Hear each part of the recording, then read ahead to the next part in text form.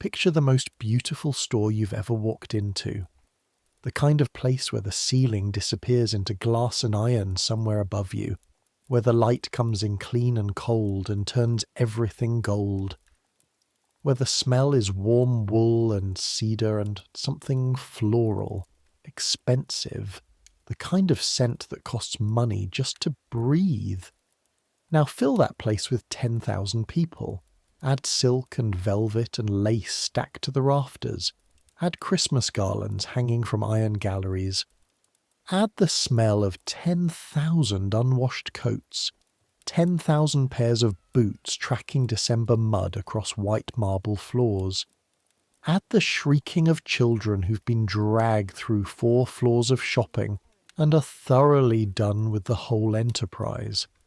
Add the crash of a display of crystal ornaments that someone has just knocked over on the 3rd floor, and the desperate scramble to clean it up before the supervisor sees, and the knowledge that if one piece is broken, it comes out of your pay. That's the Bon Marché department store. Paris. December of 1894. The most magnificent building in the world's most magnificent city? A palace of commerce, they call it. The temple of the modern age. A building so grand that when Gustave Eiffel, yes, the same man who built that tower, helped design the iron framework of its reading rooms and galleries, it was considered perfectly appropriate. The man who built Paris's greatest monument, helping to shape Paris's greatest shop. 5 floors of merchandise, 60 departments, 3,000 employees, miles of counter space, literally miles measured end to end, a reading room, a restaurant, an art gallery, a letter-writing salon where customers could compose correspondence on Bon Marché stationery while they rested between departments. Because apparently some people found shopping tiring enough to need a sit-down mid-trip, a place where you could buy silk from Lyon and rugs from Persia, and a fur coat from Russia, all between breakfast and dinner. We're going back there tonight, not as customers with money in our purses and time to browse. We're living it from the other side of the counter. This side nobody writes poems about. One day, one young woman, everything she would have seen and smelled and carried and survived. I make these history stories for people who want to understand the past the way it actually felt, not just how it looks in a painting. And honestly, if half of you are falling asleep to the sound of my voice describing the working conditions of a 19th century Parisian shop girl, I have no notes. Sleep science is complicated. History is apparently soothing. Whatever works. Get comfortable. Here we go. Your feet hurt. That's the first thing. Before you open your eyes. Before you've fully surfaced from sleep. Before you've remembered where you are or what day it is. Before any of that, your feet hurt. A deep, specific ache that lives in the arches and radiates upward through the ankles and into the calves. The kind of pain that tells you something. That yesterday was very long, and that tomorrow will be exactly the same. You open your eyes to darkness. Not complete darkness. There's a faint grey light somewhere ahead of you, a window or the gap beneath the door. Just enough to see shapes. The low ceiling, the rows of iron bed frames, 10 on each side, 20 in the room, all of them occupied. The humped shapes of sleeping women, 20 of them, breathing in the irregular way that 20 people breathe when they're all pretending to sleep, but most of them aren't quite there yet. You're in the dormitory, 4th floor, east wing of the Bon Marché, the women's dormitory. Home, of a kind, to every female employee of the store who came from outside Paris with nowhere else to go. The smell hits you next. It always hits you next. It's not one smell. It's never just one smell. It's the accumulated smell of 20 women in a room, with one small window that nobody opens because December in Paris is cold enough to kill motivation. Its hair unwashed since Sunday because there isn't time during the week. It's cheap soap and cheaper perfume, the kind you buy from the market near Saint-Germain-des-Prés because you can't afford the bottles they sell 2 floors below your bed. It's damp wool, your uniform draped over the iron end of your bed, still slightly damp from yesterday because you were on your feet until 9 in the evening, and by the time you reached the dormitory, there was no energy left to think about drying things properly. It's the smell of feet, honest and unavoidable, 20 pairs of them that carried 20 women through 12-hour shifts on stone floors. It's the smell of food someone smuggled up last night. Bread and a piece of hard cheese, the kind of thing you eat hidden under your blanket because you're not supposed to eat in the dormitory and not supposed to be hungry because the store feeds you twice a day in the canteen, which is technically true and practically not quite enough. And underneath all of that, underneath the soap and the wool and the feet and the hidden cheese, something else.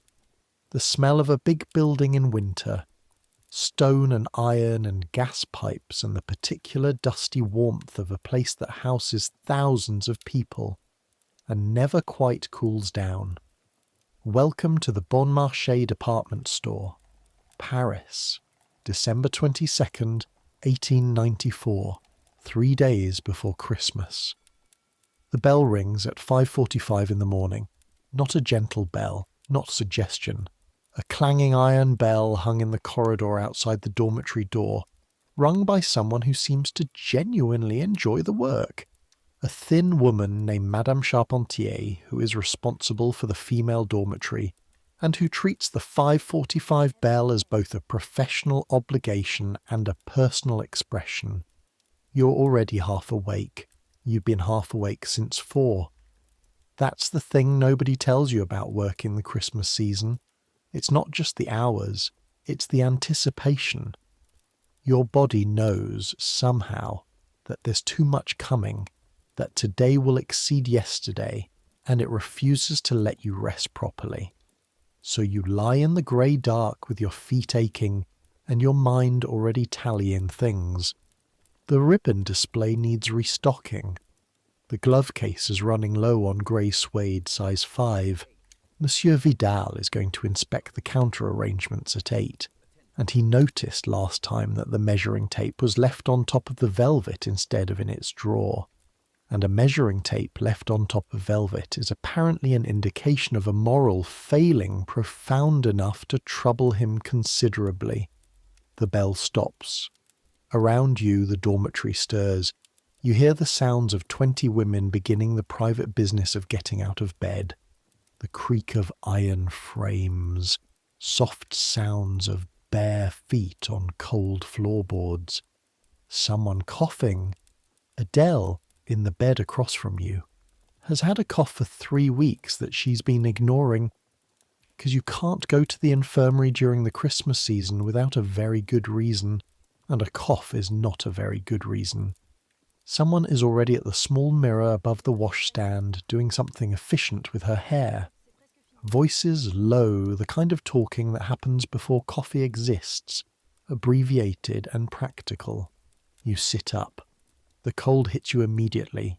The dormitory is heated by a single iron stove in the corner that goes out overnight and hasn't been relit yet. Your breath makes small clouds. Your feet touch the floor and protest. You ignore them. You've been ignoring them since the 2nd week of December. Your name is Margaret Aubert. You're 19 years old. You've been working at the Bon Marché for 8 months, and this is your first Christmas season. You came from Lyon in April, with a letter of introduction from your mother's cousin who worked in the housewares department, and has since been transferred to the new annex building across the street. The letter got you an interview. The interview got you a position in the ribbons and trimmings department on the 2nd floor, under Monsieur Vidal, a man who communicates approval entirely through the absence of criticism. Back in Lyon, Everyone said Paris would be the making of you, the great city, the capital of everything, the place where ambition became possible. They weren't wrong exactly, but they weren't telling the whole story either. The whole story involves the dormitory, and the cold, and the feet. But that comes later. Right now, you need to get dressed. Your uniform is hanging over the end of your bed, a black wool dress. The same black wool dress that every female employee of the Bon Marché wears, or at least the same style. Yours has a small repair near the left cuff where you caught it on the edge of a display stand in October and tore it. Mended by yourself by lamplight because there's no one else to do it, and because Monsieur Vidal would notice a torn cuff immediately. There's also a white collar and white cuffs freshly starched that you have to attach each morning. The starch is supplied by the store. The process of attaching white starch cuffs to a black wool dress in a cold room with stiff morning fingers is one of the small daily tortures you've come to accept as simply the shape of your life. You dress quickly. Everyone dresses quickly. 20 women, one small room, no privacy to speak of. Your hair has to be up, that's a rule. The store has rules about hair, rules about shoes, rules about the position of your hands when standing at the counter. They should be at rest, folded in front of you, not gripping the counter edge, not fidgeting, not doing anything that suggests you're anything other than pleasantly alert and ready to serve. You put your hair up with the 4 pins you have left. You started the season with 8. They've disappeared into the general chaos of December one by one. You examine yourself in the small mirror for approximately the 10 seconds you can afford. You look tired. But you looked tired yesterday too, and the day before, and you've got 3 more days until Christmas, and then 2 days until the post-Christmas sales begin. And honestly, there isn't a version of the next week where you don't look tired. So you straighten your collar, attach your cuffs, and go. The corridor outside the dormitory is already busy. Women moving in both directions, some heading for the washrooms at the end of the hall, some already dressed and heading toward the stairs, some looking for things they've lost in the general morning scramble. You pass Celeste on the stairs. She's 32 years old and has worked in the fabrics department for 12 years and has survived 12 Christmas seasons, and she wears that fact the way a soldier wears a medal, quietly but visibly. "Eat something," she says as you pass each other on the landing. It's 5:50 in the morning. "I'll get something from the canteen." The canteen won't open until 6:15. You need to be at your counter at 6:50 for the morning display check. You need to eat before 6:50. She says this the way someone says something they've said several times before and expect to say several times again. You know she's right.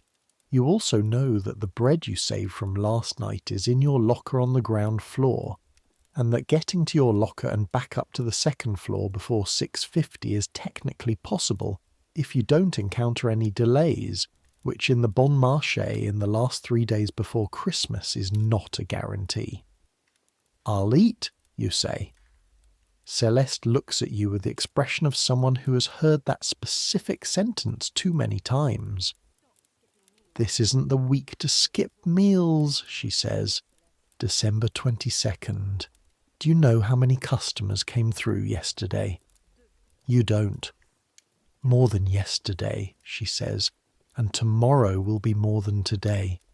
She moves past you down the stairs. Her shoes are already perfect. Her collar is perfect. She's been awake for 20 minutes and she already looks like she's been awake for 2 hours. That's 12 years of Christmas seasons. You start thinking about what that takes, and then you stop thinking about it because certain thoughts are best left for later. The ground floor of the Bon Marché at 5 minutes past 6 in the morning belongs to the workers. This is the only time of day when it does. In 45 minutes, the doors will open, the customers will arrive, the store will transform from a warehouse of things into a theatre of commerce with its performances and its costumes and its careful choreography. But right now, at 6 in the morning, it's something else. The gas lights are being lit, long poles moving upward to touch each fixture, each one blooming into pale gold. The floor is being swept by a team of boys who move quickly and silently and disappear the moment they're done, because the rule is that by opening time there should be no evidence that anyone has ever cleaned the place. It's supposed to look as though it has always been this beautiful, always this perfect, as though beauty and order exist here naturally without effort.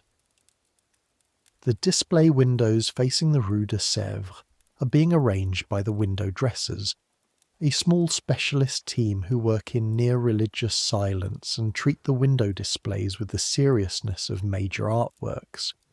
One of them is on his knees right now, adjusting the angle of a wooden reindeer by fractions of inches, stepping back, studying it, adjusting again. You pass through all of this on your way to your locker, weaving between men with mops and boys with lighting poles and the window dressers with their wooden reindeer. You find your locker, number 47, ground floor east corridor, a narrow iron space exactly wide enough for your coat and your apron and nothing else, and retrieve the bread you saved from dinner last night. It's a heel, slightly hard. You eat it standing up quickly, leaning against the locker door with one eye on the corridor in case Monsieur Vidal comes past, which he won't because it's barely 6 o'clock and he doesn't arrive until 6:30. But some habits form from genuine experience. The bread is dry, but it exists, which is the most important thing. From somewhere above you, the sounds of the store waking up. Voices calling to each other. Footsteps on the iron staircases that connect the 5 floors. Those staircases visible to customers are carpeted and silent, but the ones in the back corridors, the ones that belong to the workers, clang and echo with every step. Someone is rolling a cart of boxes somewhere on the floor above you. That specific rumbling that means a morning restock is happening.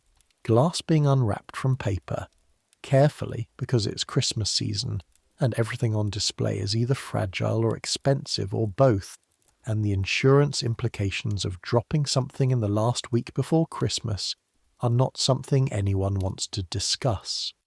You finish the bread. You don't feel nourished exactly, but you feel less likely to faint, which is a meaningful distinction. You close your locker, smooth your collar with both hands, make sure your cuffs are properly attached, and head for the stairs. 2nd floor. Ribbons, trimmings, haberdashery, and the small but important empire of Monsieur Vidal. The Bon Marché is large the way rivers are large. You understand this intellectually before you start working there. You look at the building from outside. The iron and glass facade, the 3 arched entrances, the windows dressed to attract a city's worth of buyers, and you think, yes, large. I understand large. And then you go inside. And then you work there for 8 months. And you still don't entirely understand large. The numbers are there if you want them. 5 floors, 60 departments, 3,000 employees, give or take, not counting seasonal additions. Floor space that would cover several city blocks if you unfolded it flat.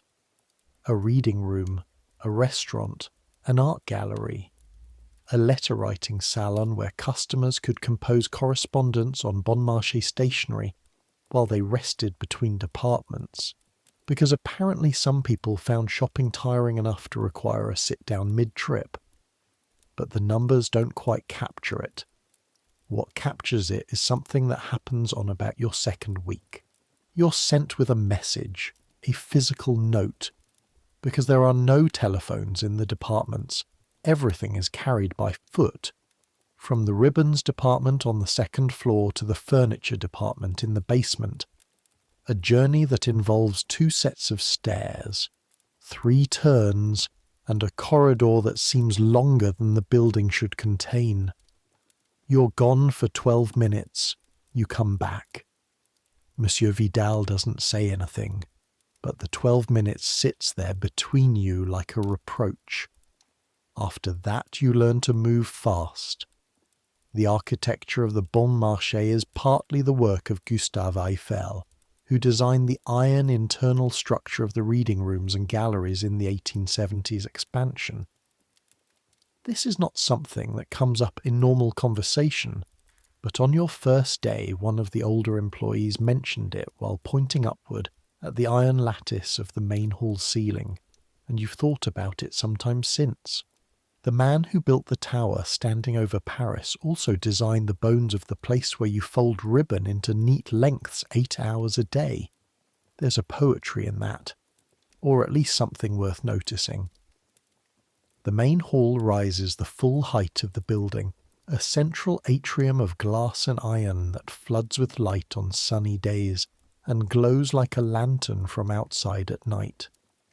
From the second floor, where the ribbons department is, you can look down into this hall and see the customers flowing below you and upward to the floors above where more customers move between departments. When the store is full, it's like looking at a river from a bridge. People moving in all directions, never quite colliding, each one on their own private mission through the landscape of commerce. Women with velvet shopping bags, the Bon Marché signature bag, dark green with gold lettering, the symbol that you had money to spend here, tucking things inside them. Husbands following at a careful distance, wearing the particular expression of men being taken shopping. Children who want to touch everything and are told repeatedly not to. Shop girls, employees like you, in black wool dresses, stationed at counters, answering questions, unfolding bolts of fabric, measuring, cutting, wrapping.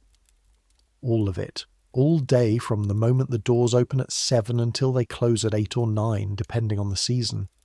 And right now it is absolutely the season. The ribbons and trimmings department on the second floor occupies approximately 15 metres of counter along the south wall of the main hall's second level.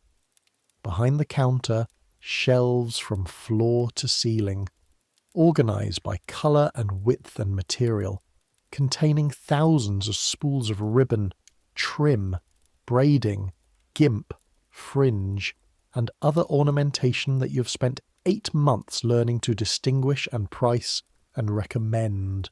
In front of the counter, customers. Not yet, obviously. It's 6:30 in the morning. The store doesn't open for another half hour, but Monsieur Vidal is already there. He's always already there. Monsieur Vidal is 44 years old and has been employed at the Bon Marché for 16 years, which means he arrived when the store was at roughly half its current size and has watched it grow into what it is now. He is a compact man, precise in his movements, the way that certain people with long experience of small spaces become precise, every gesture considered, nothing wasted. His hair is dark, going grey at the temples. His moustache is the kind of moustache that takes daily work.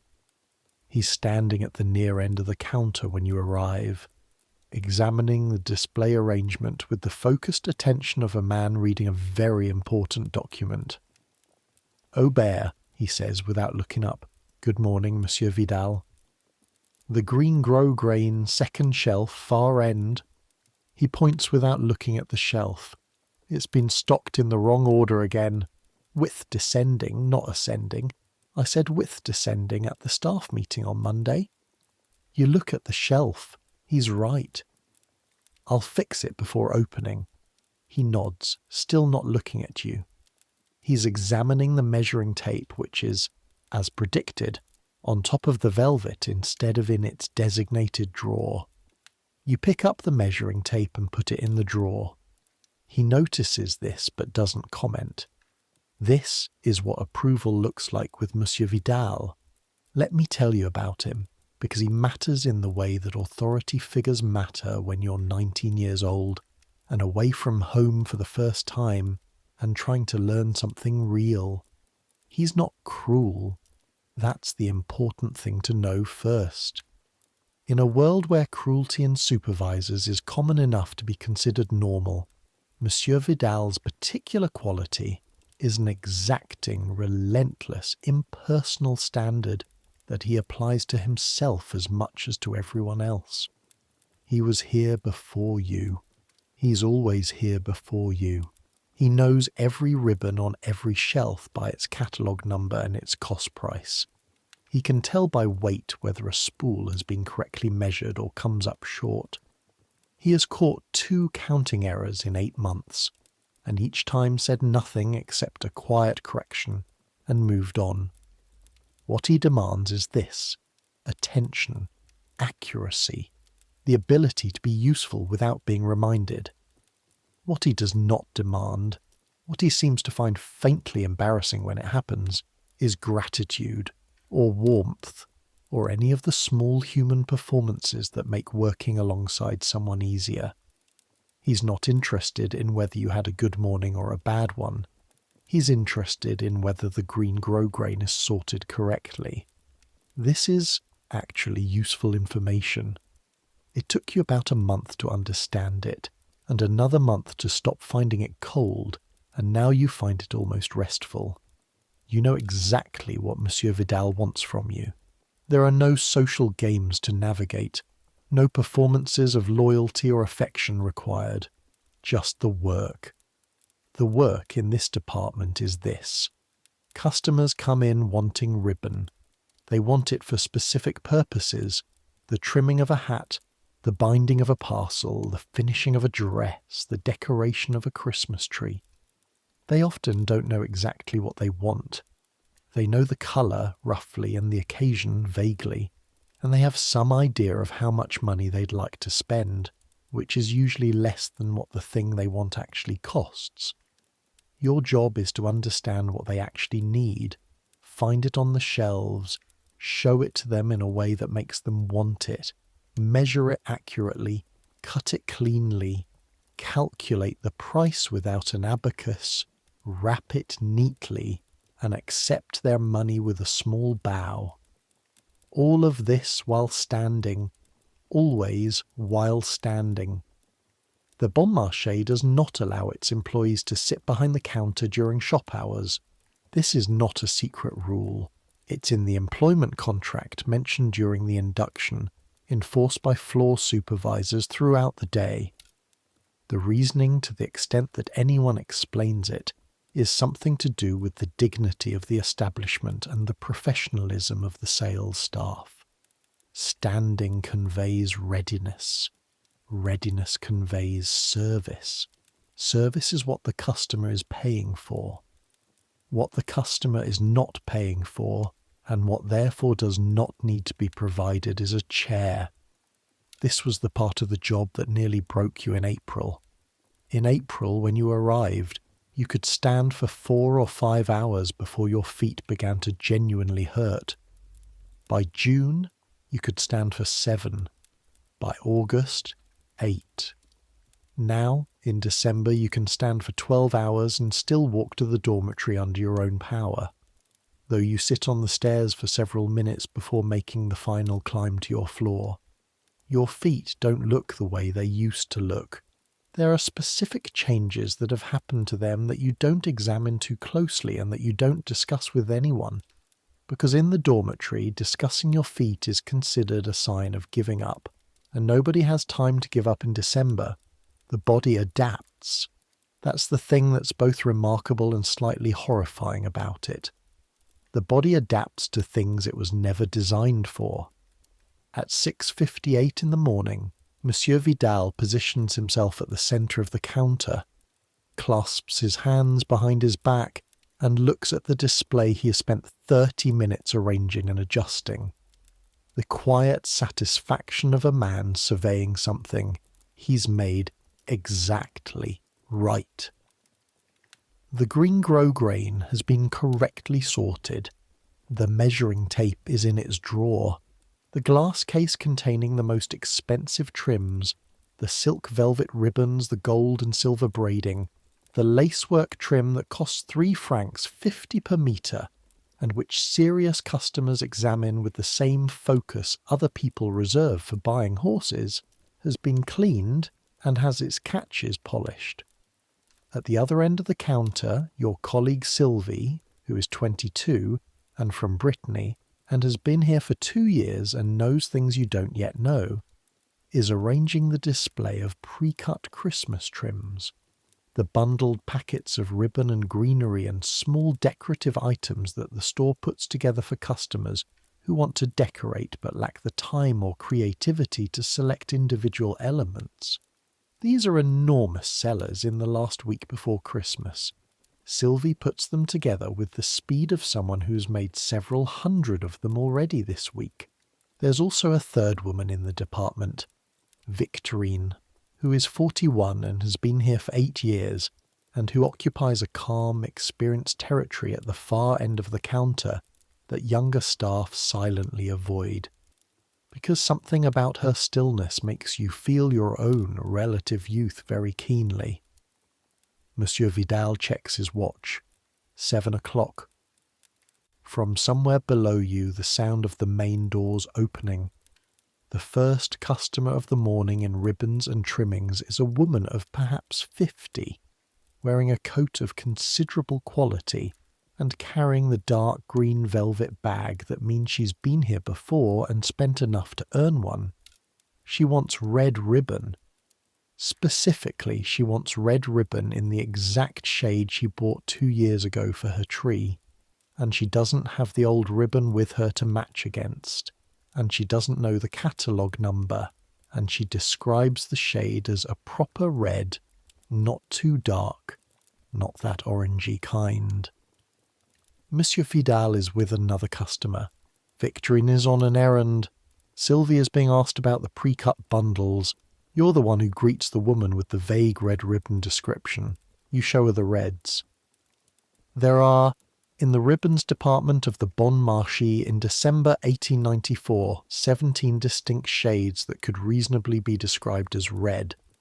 Crimson, carmine, scarlet, vermilion, ruby, burgundy, cerise, poppy, rose red, cardinal, blood red, cherry, and several more subtle distinctions that would take a trained dye maker to name properly. You have learned them all. Not from a list, from looking at them every day for 8 months in different lights, against different backgrounds, until the differences are as obvious to you as the difference between a cat and a dog.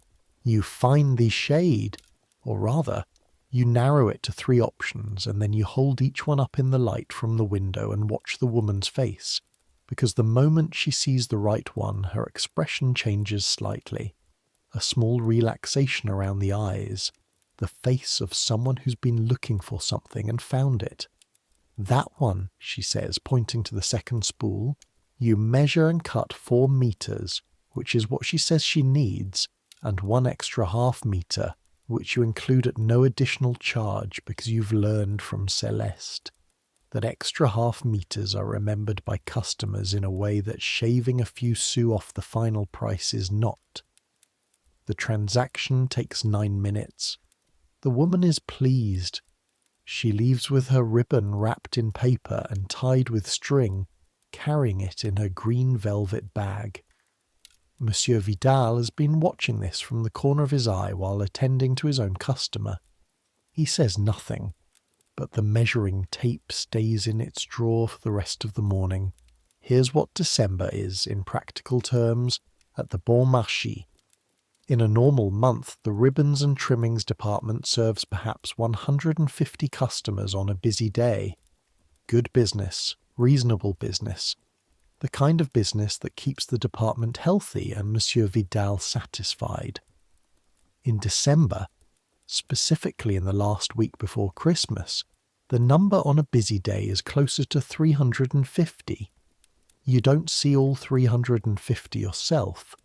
The department has 4 staff, and not every customer stops at this particular counter, but you see enough.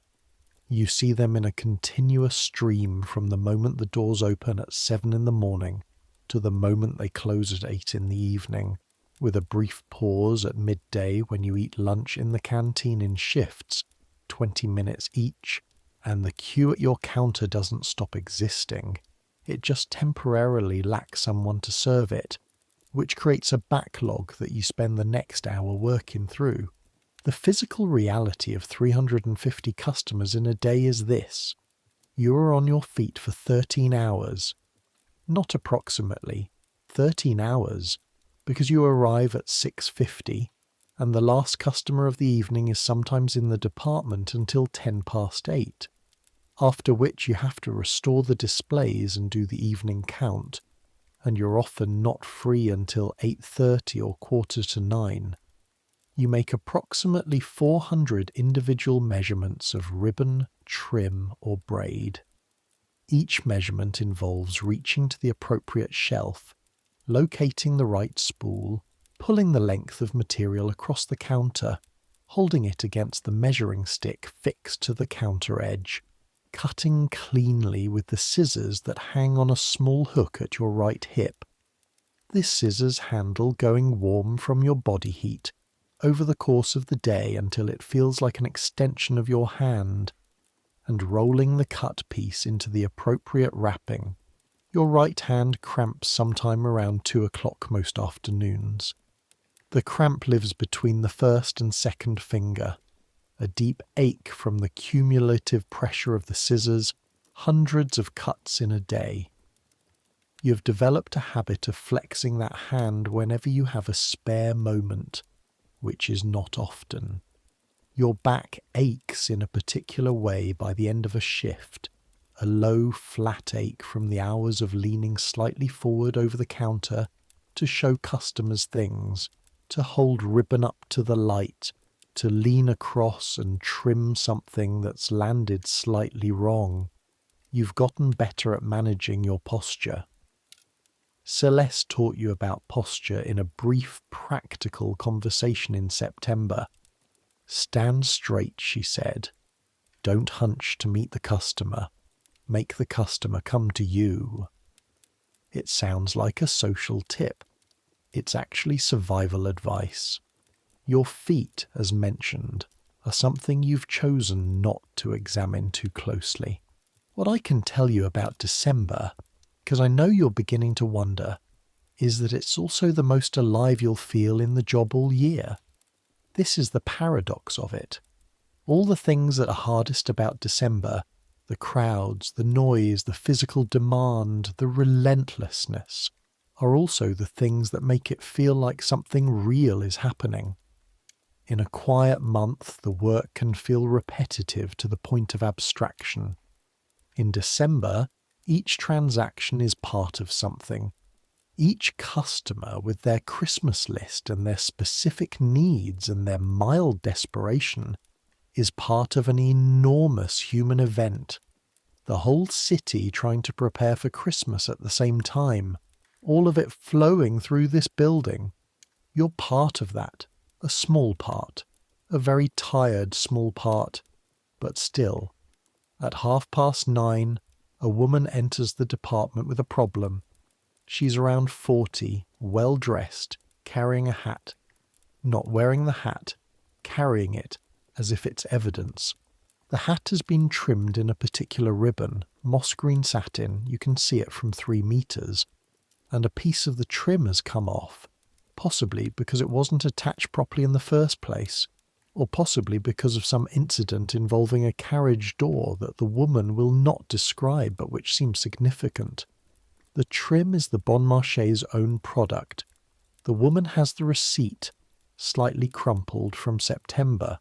She wants the same ribbon, exact match, and she needs it today because the hat is required for a Christmas event this evening. Monsieur Vidal takes this one himself. not because it's complex, it isn't particularly, but because it involves a receipt and a potential complaint. And Monsieur Vidal handles complaints with a precision that transforms them into something else entirely, something more like a considered resolution, before they quite become complaints.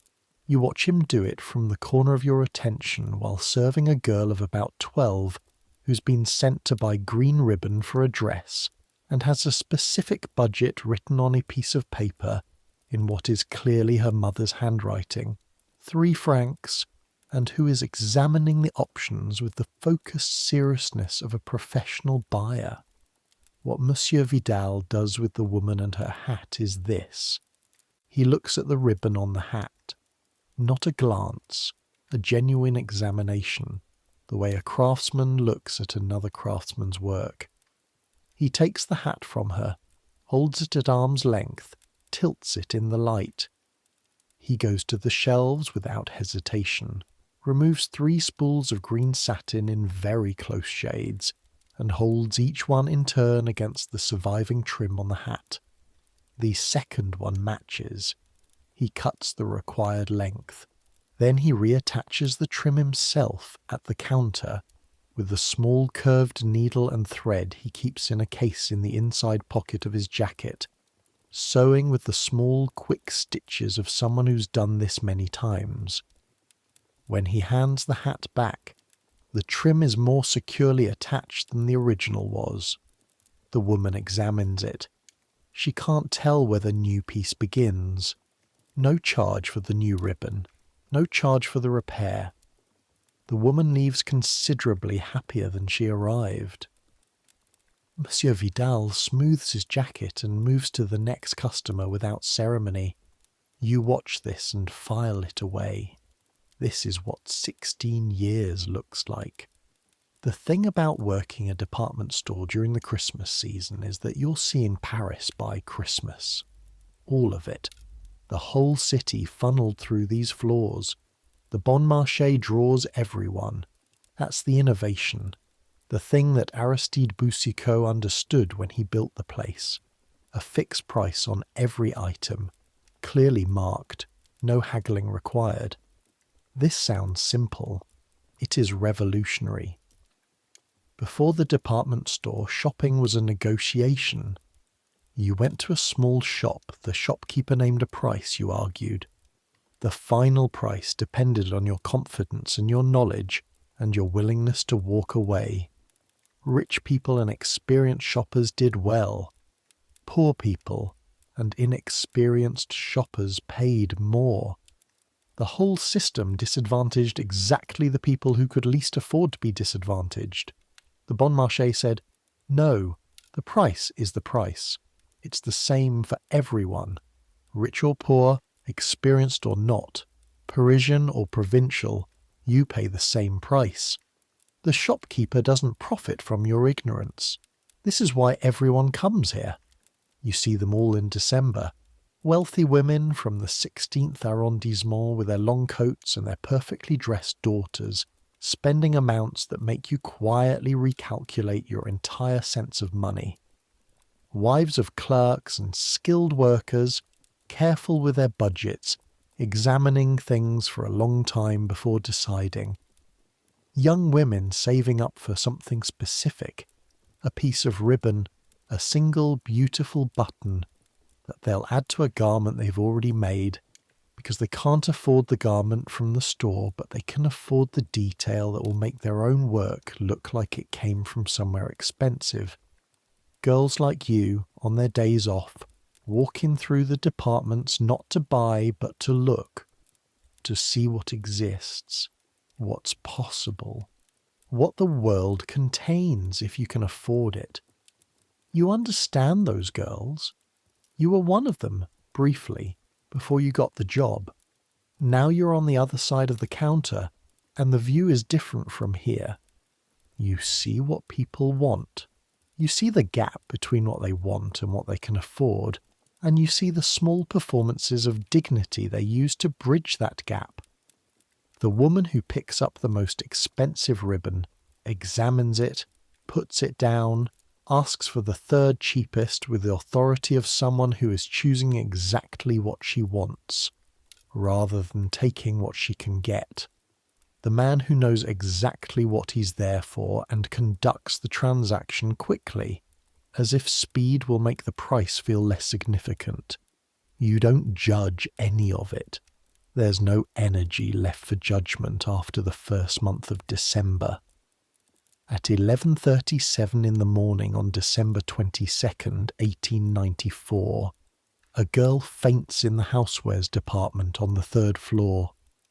You find out about this later through the dormitory network of information that functions more efficiently than anything official in the building, but in the moment, you hear it as a distant noise, a crash, the sound of something hitting the floor, followed by a particular quality of silence that a large busy building gets when something unexpected happens. Then it continues. The store continues. This is one of the things about a department store in the Christmas season. It doesn't stop. The girl's name is Thérèse. She's been working here for 3 months, one of the additions for the Christmas season. She's 17 from the Auvergne, and she's been on her feet for 11 consecutive days without a day off because the seasonal staff don't get the same terms as the permanent staff. And she's been running on bread and weak coffee and determination that ran out this morning somewhere between the housewares counter and the display of copper pots. She's carried to the infirmary. She's given water and told to rest. She'll be back on the floor tomorrow, or possibly this afternoon if she feels well enough, because it's December 22nd and 3 days before Christmas, and there is no version of this in which being horizontal in the infirmary is a longer-term option. You don't know about any of this yet. You're at your counter, measuring yellow ribbon for a woman who's making a Christmas wreath and needs precisely 2 meters 40 centimeters, and you cut 2 meters 45 because you've learned about the extra half meters, and the woman is pleased, and you move to the next customer, and the line at your counter extends back toward the central aisle. Now let me tell you about the Bon Marché in a way that the catalogues don't describe it. The store had a catalogue, several catalogues in fact, printed twice a year, sent by post to hundreds of thousands of households across France and beyond. The catalogues are beautiful objects, thick, illustrated, with coloured plates showing rooms full of fabric and displays of gloves and arrangements of parasols. Customers in cities and towns all across France, people who had never come to Paris themselves, ordered from those catalogues and received their goods by post. The catalogue shows you what you can buy. It doesn't tell you who sold it to you. The girl who cut your ribbon probably has a cramp in her right hand. The woman who folded your blanket has been standing since 6:30 in the morning. The man who wrapped your parcel in the paper with a Bon Marché logo ate lunch in 15 minutes in a basement canteen before running back upstairs because the line at his counter doesn't rest while he does. The store employs 3,000 people.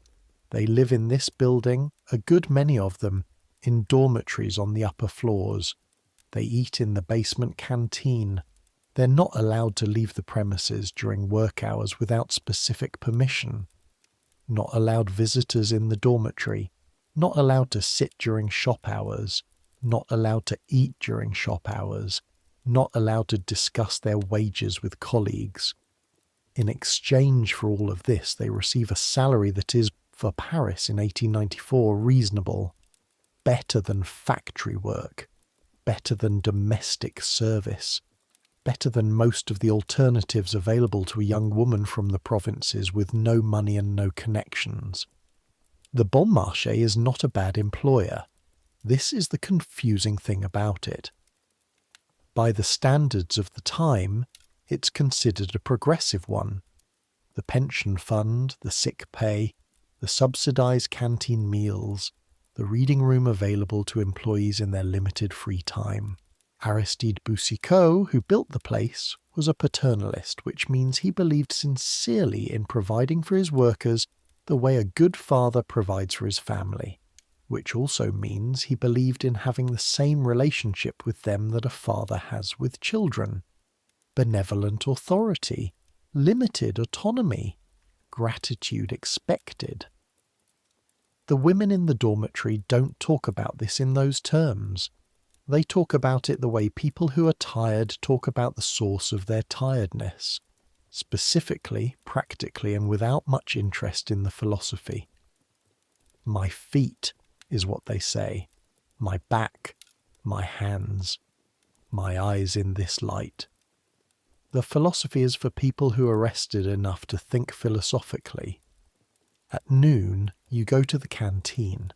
The canteen is in the basement below the store, a long room with tables and the smell of institutional cooking, warm and starchy and slightly grey in the way that food in large quantities sometimes gets. Today it's a ragout with potatoes, bread, and a small amount of something that's technically a dessert. You have 20 minutes. You eat fast. This is a skill you've developed over 8 months. You don't eat fast because you're not enjoying the food. The ragout is honestly acceptable, which is about as high as the scale goes down here.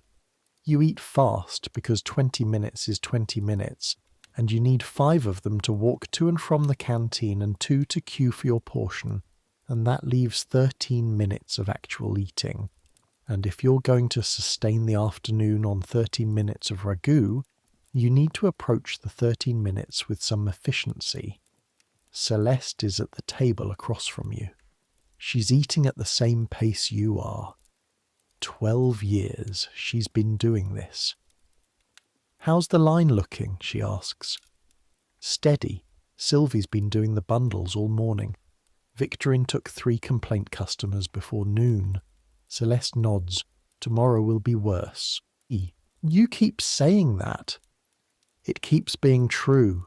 She takes a piece of bread. Day before Christmas Eve. People who haven't organised themselves yet. People who realise they've forgotten something. People who are angry at the city in general and at the store in particular because the city has let them down and the store is available. The angry customers. The angry customers. She eats the bread. Victorine is the best at angry customers. Watch her. She makes them feel heard before she solves the problem. It's the hearing that matters most. People don't actually need the problem solved. They need someone to know the problem exists. You think about the woman with the hat this morning. Monsieur Vidal fixing the ribbon with his needle. Monsieur Vidal repaired a hat this morning. Celeste doesn't look surprised. He does that. At Christmas especially. He has a needle in his pocket all December. I didn't know that. There are things about this place you learn in the first year and things you learn in the 6th. She finishes her ragout and reaches for the small dessert. You're doing well, Marguerite, for a first season. This is coming from Celeste, approximately the equivalent of receiving a prize. You don't say anything elaborate because you've learned that the correct response to compliments in this environment is a small nod and continued competence. Thank you, you say.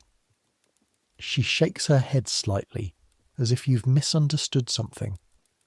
Don't thank me, just eat. You eat. You have 7 minutes left.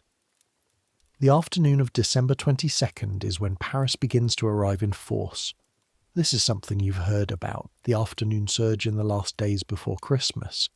But the thing about hearing about it is that it doesn't prepare you for the reality of it, which is a physical thing, a felt thing, a thing that happens in the air of the building as much as in the number of customers.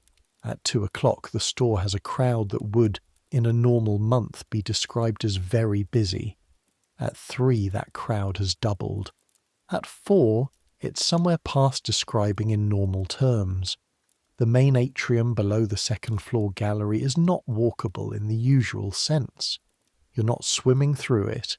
People are still moving. The crowd has a current. but the current is slow and dense, and people are pressed together in the way that large numbers of people get when a space fills past its comfortable capacity. The sound rises. This is the thing you always notice first, the sound. 300 people in a space make one sound. 500 make a different, larger sound. 1,000 or more make something that stops being individual voices and becomes a kind of roar. A constant low frequency that you feel as much as hear, that lives in the chest. From the second floor gallery looking down, you can see it happening in real time. The crowd thickening. The aisles narrowing as people stop to look at things, deliberate, change their minds and turn back and collide with the people behind them. The shop girls at the first floor counters handling 3 customers simultaneously, heads turning, hands moving, voices pitched to carry over the noise. Up here on the second floor, the ribbons department is the same. The line at your counter has been 3 or 4 people deep since 2:30. Monsieur Vidal is at the far end, working fast and without expression. Sylvie has abandoned the bundle displays because the demand for direct service is more urgent. Victorine, at the near end, is serving an elderly woman who has changed her mind about the colour twice and is currently mid-third reconsideration. You're measuring velvet ribbon.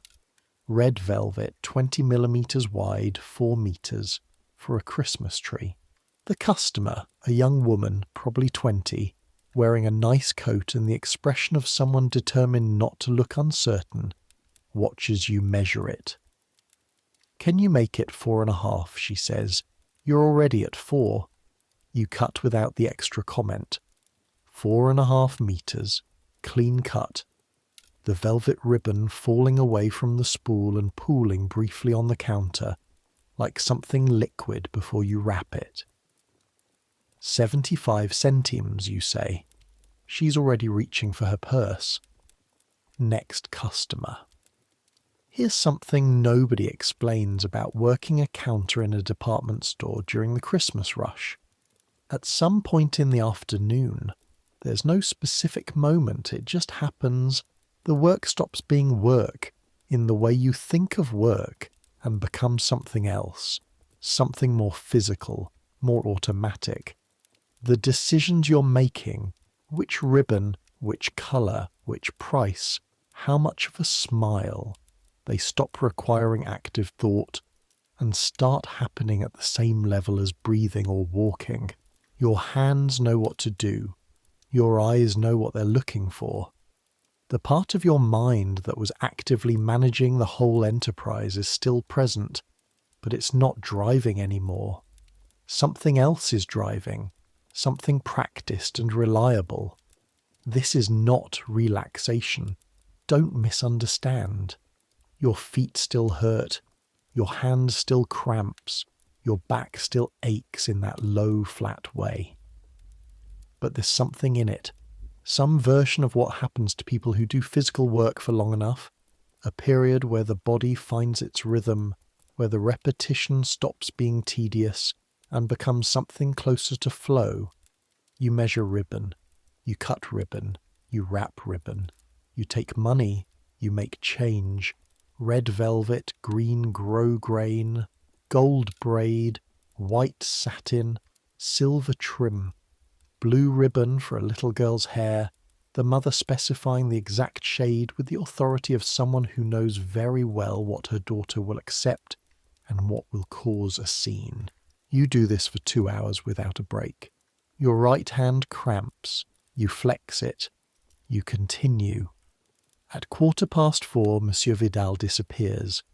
This is unusual enough that Sylvie notices it from the other end of the counter and gives you a look over the head of the customer she's serving. "Where is he going?" the look asks. "You don't know. He's back in 4 minutes. He's carrying a tray. The tray has 4 small cups of coffee on it. He sets it down on the back counter, not the public counter, the narrow shelf behind where you stand, without comment. 4 cups, 1 each. This is not a thing that happens.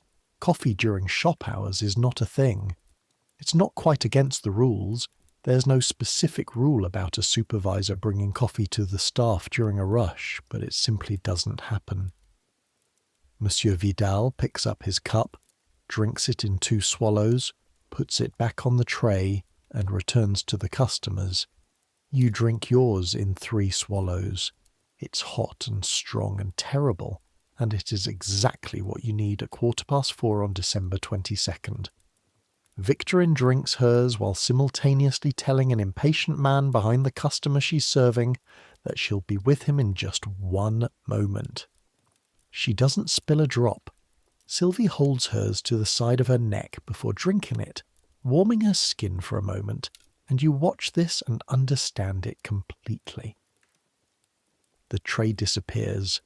The coffee happened. Nobody mentions it. Monsieur Vidal serves a customer who wants navy blue braiding for a jacket in a colour he can only describe as dark. The work continues. I want to stop here for a moment. I want to explain something about the Bon Marché and what it meant. In 1894, the store has been at its current size for roughly 15 years. It's been expanded, rebuilt and improved almost continuously since Aristide Boucicaut took over a modest drapery shop on the Rue de Sèvres in the 1850s and started turning it into something new. By the time you're standing behind this counter, it's the largest shop in the world. The largest, most sophisticated retail operation in human history up to this point. And it's done something to Paris that you can feel, but not quite articulate at 19 years old. Something to do with desire, with what people want and how they think about wanting things. Before the Bon Marché, shopping was functional. You needed a thing, you went to the shop that sold that thing, you bought it. The shop was small, specialised. You were served by the owner who knew you by name, and the transaction was direct and specific. The Bon Marché changed this. It made shopping into an experience. It made browsing possible, the act of moving through a space full of things you might buy, without any obligation to buy them, just to see what exists, what's available, what the world of goods looks like. It introduced the idea of wanting things you didn't know you wanted before you saw them. The catalogue that goes out to hundreds of thousands of households across France is part of this. It arrives in a village somewhere in Brittany or the Périgord or the Auvergne, and a woman who has never been to Paris opens it and sees gloves, silk parasols, ribbon in 50 colours, furniture, carpets, children's toys, a vision of abundance that the village shop down the road cannot compete with. And she can order it. That's the revolution. She can fill out the form, send it with a postal order, and 3 weeks later the thing she saw in the catalogue arrives at her door. You're part of that mechanism. Your counter, your scissors, your measuring tape, your right hand with its cramp. You're part of the machine that allows a woman in a village in Brittany to have a piece of Paris in her home. This doesn't make your feet hurt less, but it's not nothing. At 5:15 in the evening, something happens that you'll still be thinking about 3 days later. The store has been at peak crowd for roughly 2 hours. The sound level is constant, something past background noise and approaching something like weather. You've been working without significant pause since noon. Your hands know what they're doing. Your feet have moved past the stage of active pain into something more like a baseline, a condition rather than a sensation. A woman comes to your counter. She's perhaps 65, small, carefully dressed in a coat of some age, good quality once. Now slightly worn at the cuffs in a way that someone with trained eyes, which you now have, can see clearly. She has grey hair pinned precisely. She carries a list on a folded piece of paper and a purse that she holds in both hands. She needs ribbon. Specific ribbon. Black satin. 25 millimeters wide, the kind used for morning hat bands. She specifies this precisely. Her grandson is to be married in the spring, she tells you, without being asked while you're finding the right spool. But first there's the question of her husband's hat, which requires new ribbon because the current ribbon has worn and she doesn't want him to look improper at the wedding. You find the ribbon. You measure 2 meters. She opens her purse carefully, and you see, without meaning to look, without being able to not look, that there are exactly the right number of coins in it for this purchase. Not approximately right, exactly right. She's counted this out before leaving home. You cut 2 meters, you wrap it, you give her the price. She counts out the coins. You see her count them twice, quickly, before she puts them on the counter. You pick them up, and then you reach for the spool and cut another 30 centimeters and add it to her package without opening the paper, just tucking it inside. She starts to say something. The ribbon sometimes varies slightly in width, you say. Better to have a little extra. This is not entirely true. The ribbon is consistent to within a millimeter. She looks at you for a moment. Her expression is complicated in the way that the expressions of older people get complicated when something unexpected happens. "Thank you," she says. She picks up her package and goes. Monsieur Vidal has seen this. He's seen all of it. He says nothing. He serves his next customer. But later, when the evening is closing and you're restoring the counter, he pauses near where you're working and says very quietly, "The widow's allowance." "Monsieur, that's what my predecessor called it. What you did." He straightens a spool. Always the extra piece, never noted in the register. He moves away. You don't know if this is approval or a correction or something else. You decide it's neither. It's just information. I should tell you about the Eiffel Tower, because it's here. It's 5 years old in 1894, which means it's new enough that Parisians are still in the process of deciding how they feel about it. When it went up for the 1889 World Exhibition, it was supposed to be temporary, intended to be dismantled after the exhibition closed. The critics called it an eyesore, a blot, an industrial nightmare in the middle of a city that prided itself on beauty. A lamppost, said one writer. A factory chimney, said another. The artistic community of Paris signed a petition against it, but it stayed. And now it's 5 years old, and in 5 more years the question of whether it should have been built will seem as pointless as asking whether the Seine should have been routed elsewhere. You saw it for the first time on your second Sunday in Paris, 4 days after arriving from Lyon. In Lyon there are things to look at, beautiful things, the cathedral at Fourvière, the rivers meeting, the silk facades. But Paris is something larger, and the tower is the largeness made vertical. You stood on the Champ de Mars and looked at it and felt the particular sensation that very large human-made things produce. A scale that makes your own scale apparent. You're small. You've always been small. The tower makes this visible. 300 meters tall. The highest man-made structure in the world, taking that title from the Washington Monument only 5 years ago. The lesser sections latticed like a basket woven from iron by someone with enormous patience and enormous ambition. 4 legs spreading outward and upward, tapering into each other, joining in the taper the way rivers join with purpose. You can see it from the windows of the dormitory, if you stand at the right angle. Not clearly, there are buildings in the way, and December means grey skies that sometimes swallow the upper sections, but you can see it. The lower lattice of iron, the 4 legs spreading outward, on clear evenings when the electric lights are lit. The tower has electric lights. Part of the wonder of it You can see the glow of it above the rooftops. You're going to miss it when you eventually leave Paris. This is a thought you have on a fairly regular basis, and then don't know what to do with.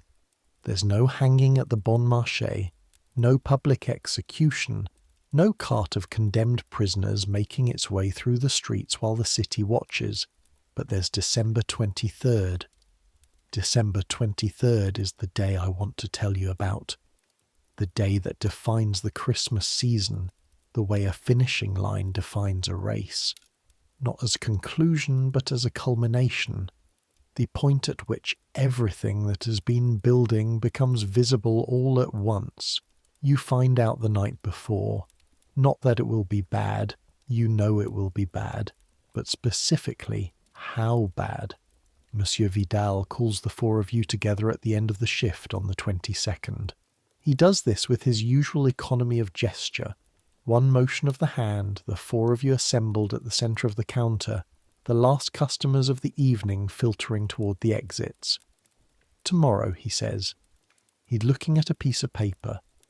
Based on last year, we'll have between 400 and 450 individual transactions in this department alone.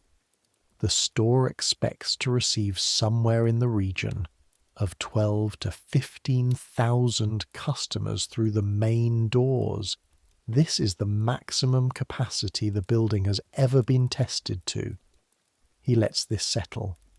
The morning rush will begin at opening and not ease until approximately 2 o'clock. At 2, there will be a brief reduction in density as some customers leave for lunch. This will not last. By 3, the afternoon surge will begin and will not peak until approximately 6, and the hour after closing will be the most demanding of the day, because customers who have been in the building since morning will be completing purchases, and they will be tired, and tired customers require more from the staff than energetic ones. He folds the piece of paper. I don't anticipate that any of you will need to be told to work hard tomorrow. You know what's required. What I want to say is this. Eat breakfast before you arrive at the counter. Both shifts of lunch should be taken in 15 minutes rather than 20, because the arithmetic does not allow for 20. Drink water when you can. If you need to leave the floor for a genuine moment, not a pause, tell me and I will cover. I won't enjoy it, but I will do it. He looks at each of you briefly. The season ends in 3 days. We will get through it. He turns back to the counter and begins the evening count. You and Sylvie exchange a look over his back. Sylvie has been through 3 Christmas seasons. She makes the face of someone who has heard a credible threat, described in a way that is technically accurate, but still doesn't quite prepare you for the experience. You make a note to eat breakfast. December 23rd. Your eyes open before the bell. You're awake by 5:30.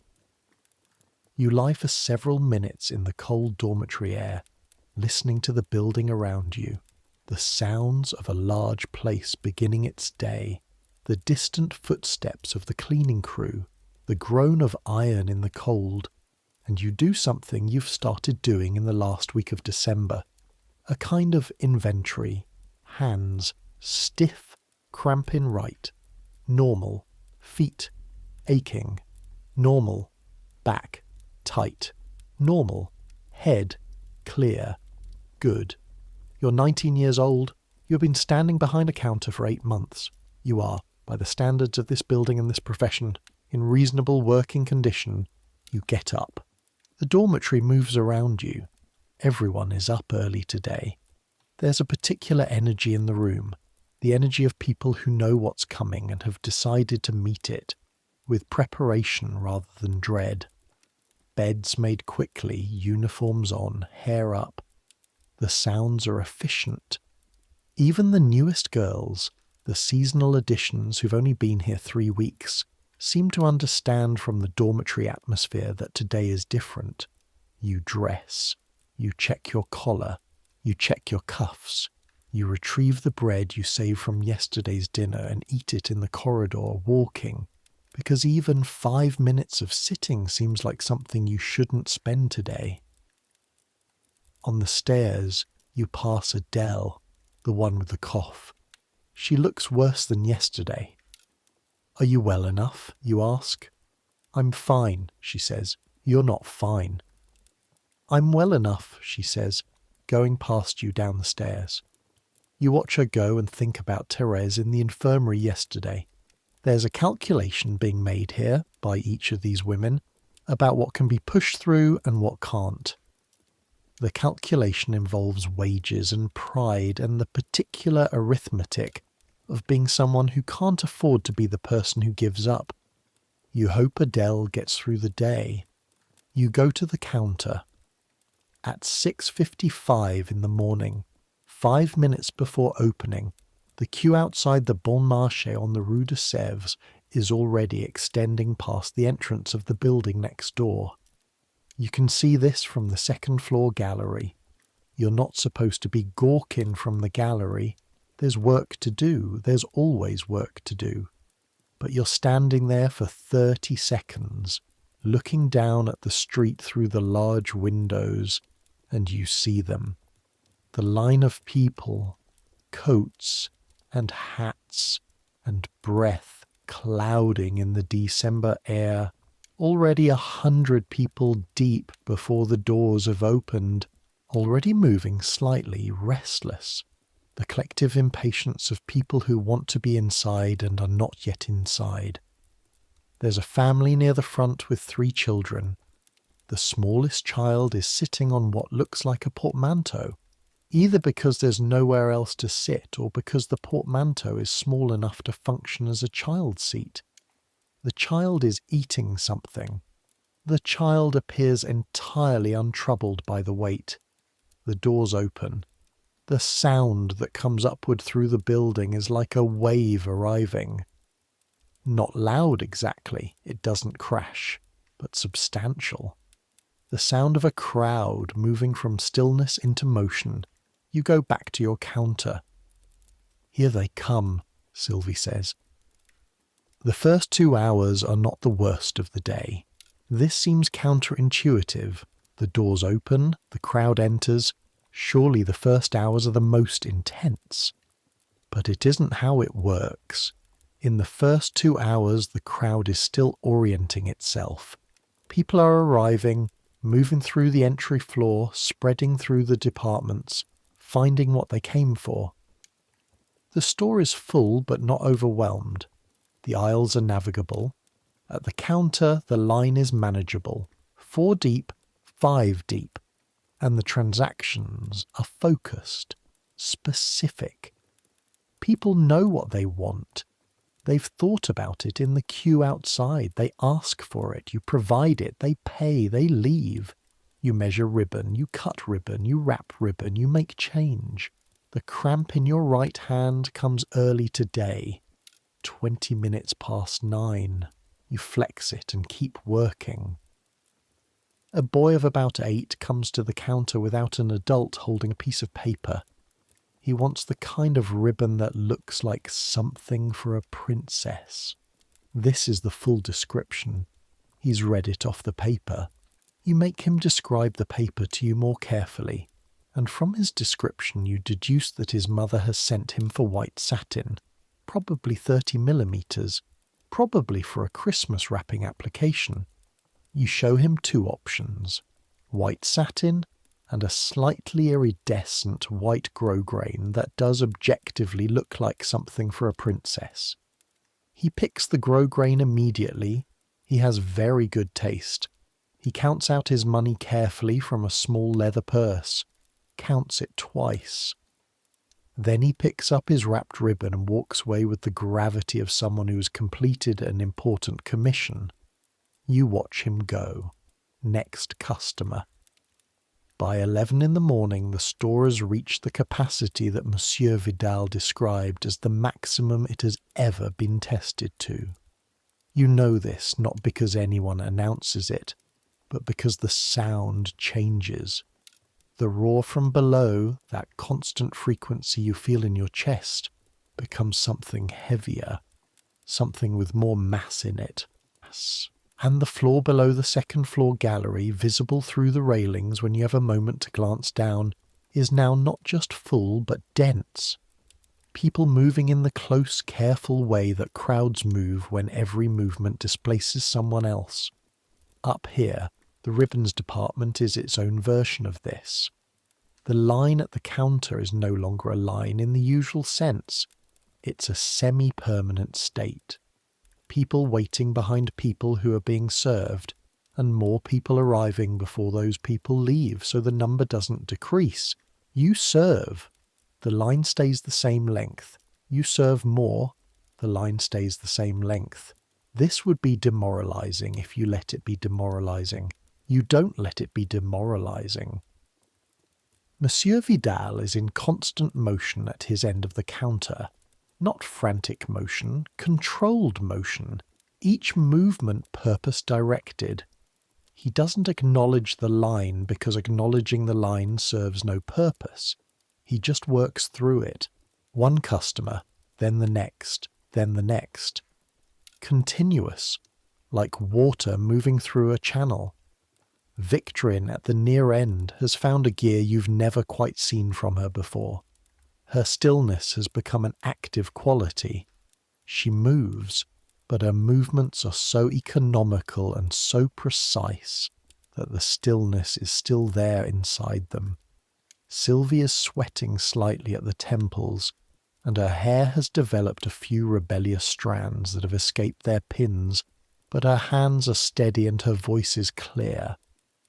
You're doing what you've been trained to do, and it's working. Your right hand cramps and you flex it and keep cutting. At 11:45, a woman at the back of the line shouts at the woman in front of her. Not clearly. You can't make out the words over the general noise, but the shape of it is unmistakable. The particular posture of someone losing their patience with someone else. Monsieur Vidal glances up. He doesn't go to the back of the line. He finishes his transaction, hands over the parcel, accepts the money, makes change, and then, without any indication that anything unusual is happening, raises his voice slightly, just enough to carry. "Ladies," he says, "every counter in this department is open. We are moving as quickly as we're able. Thank you for your patience." He then returns to the next customer as if he hasn't spoken. The woman at the back of the line still has the posture of someone who is annoyed. But the specific energy of a potential scene dissipates. The line doesn't love waiting. But the line continues. 12:15 in the afternoon. Your lunch shift. You eat in 11 minutes. Not because the rule has been changed.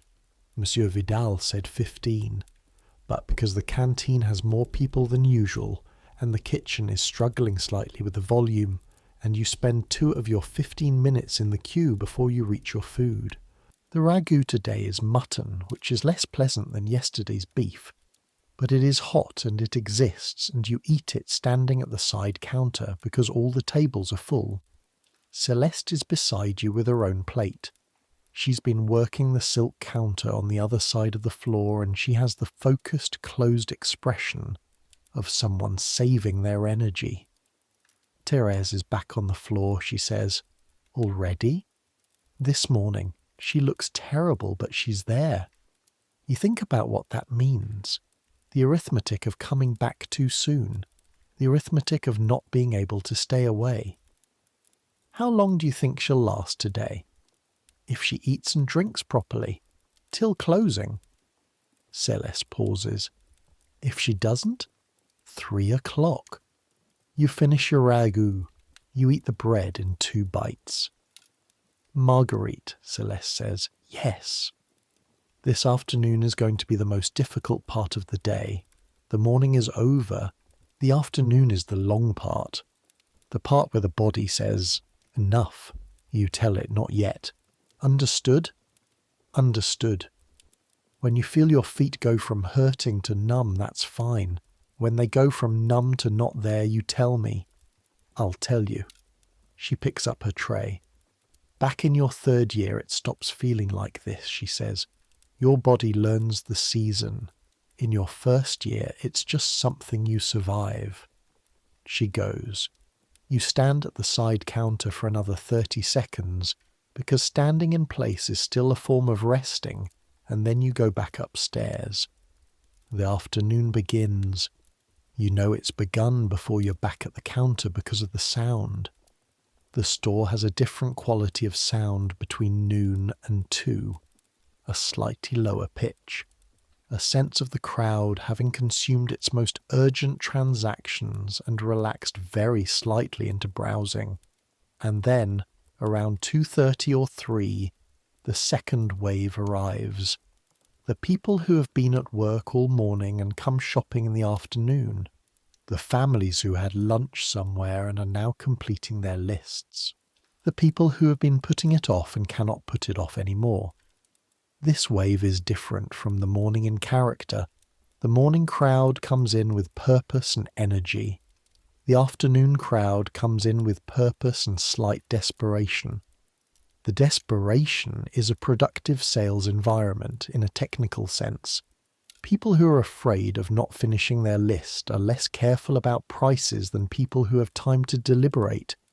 But it's also harder to work with, because desperate customers are more likely to be demanding, more likely to be frustrated, more likely to make the gap between what they want and what's available feel like a personal affront. At 3:15, a man comes to your counter who wants pink ribbon. Not just pink, a specific pink, my daughter's favourite pink. The kind that seems to be located somewhere between rose and salmon, and exists, as far as you can tell, primarily in his memory of what his daughter's room looks like. You show him the pinks. There are 11 shades of pink in the ribbons department. He looks at all 11. None of them is quite the right one. He looks again. He picks up a spool and puts it down. He picks up another. This one, he says, holding up what is, in your assessment, approximately the 7th pink. A warm rose with a slight warmth to it, quite pretty. Would you like to take that? I can wrap it for you. Or if you'd like to show it to your daughter first. She's at home. Can I bring it back if it's not right? Of course. The exchange counter is on the ground floor. He buys the 7th pink. He thanks you with the particular grateful relief of someone who has been anxious about a task and has now technically completed it. The 7th pink was probably right. The daughter will accept it. A woman is already at the counter before he's finished leaving. There's something that happens to you in the 4th hour of the afternoon of December 23rd. It's not a dramatic thing. It doesn't involve fainting or dropping anything or losing your composure. It's subtler than that and somehow harder to explain. Your right hand goes beyond the cramp stage. The cramp has been there all day. You've been flexing it at intervals, managing it. But at some point in the 4th hour, around 4:30, the cramp stops being a sensation you can manage and starts being just a fact. Your hand cramps, you cut anyway. The hand cramps more, you cut anyway. This is not heroism. This is mathematics. There are customers. The customers require ribbon. You are the person who provides ribbon. The cramp is not relevant to the transaction. Your feet, which passed into numbness around 2 o'clock, are now in a territory past numbness.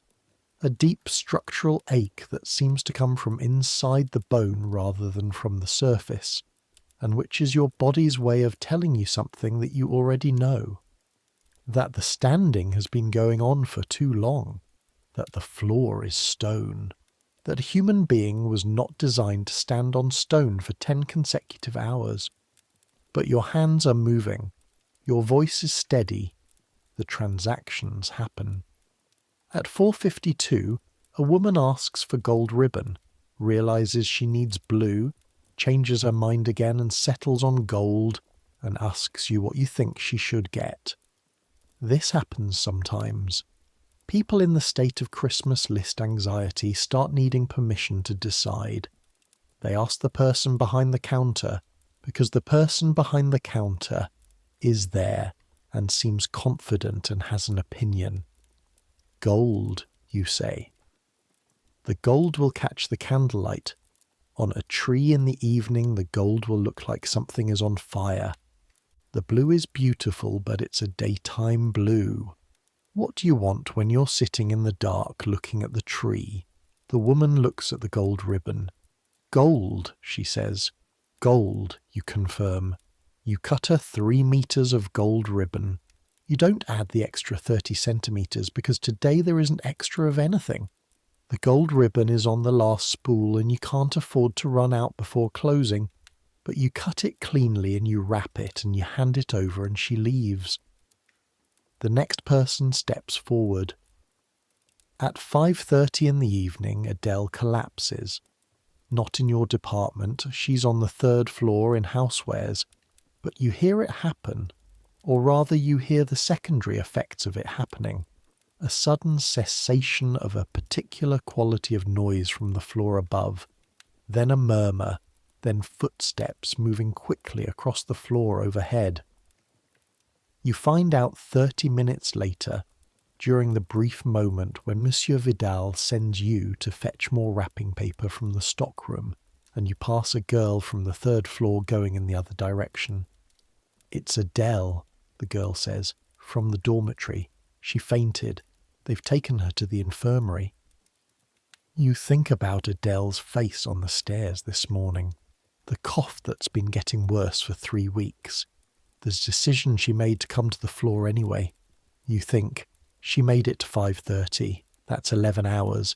You get the wrapping paper, you go back to the counter. At 6 o'clock, the crowd begins to change again. The desperate afternoon wave starts to resolve. People completing their lists, taking their packages, filtering out toward the exits. But the people who have been in the building since the morning, who have been moving through department after department for 5, 6, 7 hours, those people are still here, and they're tired. And when people are tired, their patience with the world thins.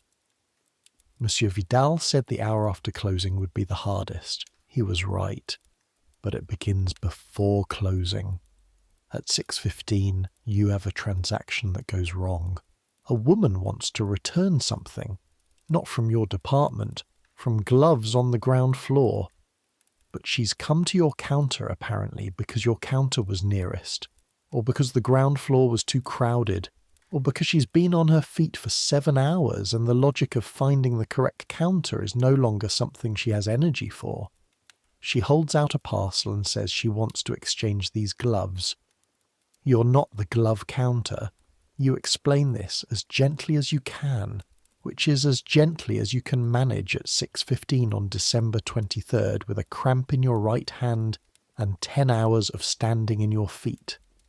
She's not angry at you specifically.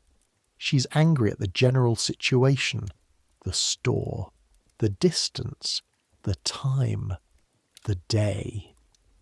She is a woman who has been running errands for other people since the 1st week of December and who has now run out of whatever resource it is that allows you to absorb small setbacks without feeling them as large ones.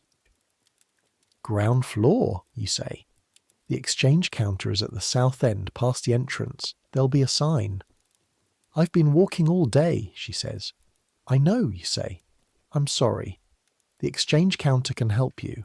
They'll have more options for the exchange than I can offer here. She looks at you. She looks down at her parcel. She straightens slightly. South End, she says. South End, past the parasols. She goes. You turn to the next customer. Victorine from her end of the counter is watching you with the expression of a person watching someone do something right. You flex your right hand. You pick up the scissors. At 8 o'clock in the evening on December 23rd, the store officially closes. The doors close. The last customers are ushered gently but firmly toward the exits. The gas lights in the public areas are turned down to their lowest setting. But the staff don't leave. The staff restore the displays, count the register, restock the depleted shelves, move through all the work that exists on the other side of the store's public face. The work that turns a depleted, customer-battered battlefield back into the beautiful, organised thing that will greet the next morning's crowd. In the ribbons department, restoring the shelves takes approximately 45 minutes. You do it in near silence, you and Sylvie and Victorine. Monsieur Vidal does the register count while you work. The spools go back to their correct places, ordered by colour and width. The measuring stick is wiped down. The cutting surface is cleared. The glass case containing the expensive trims is straightened and locked. Your hands work automatically. Your feet have been numb for a long time now, and you've stopped trying to feel them. At 8:50, Monsieur Vidal looks up from the register. "Done," he says. This refers to the count. You look around the counter. The shelves are ordered. The display is arranged. The measuring tape is in its drawer. "Done," you say. He nods. "Go to supper, I'll finish here." This is for Monsieur Vidal practically warm. You go. The canteen at 9 in the evening is a different place from the canteen at noon.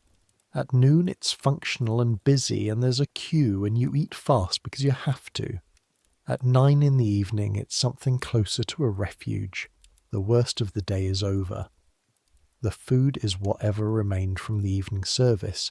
Tonight it's soup, a thick vegetable soup with bread, and the tables are not crowded because people have been arriving in shifts throughout the evening.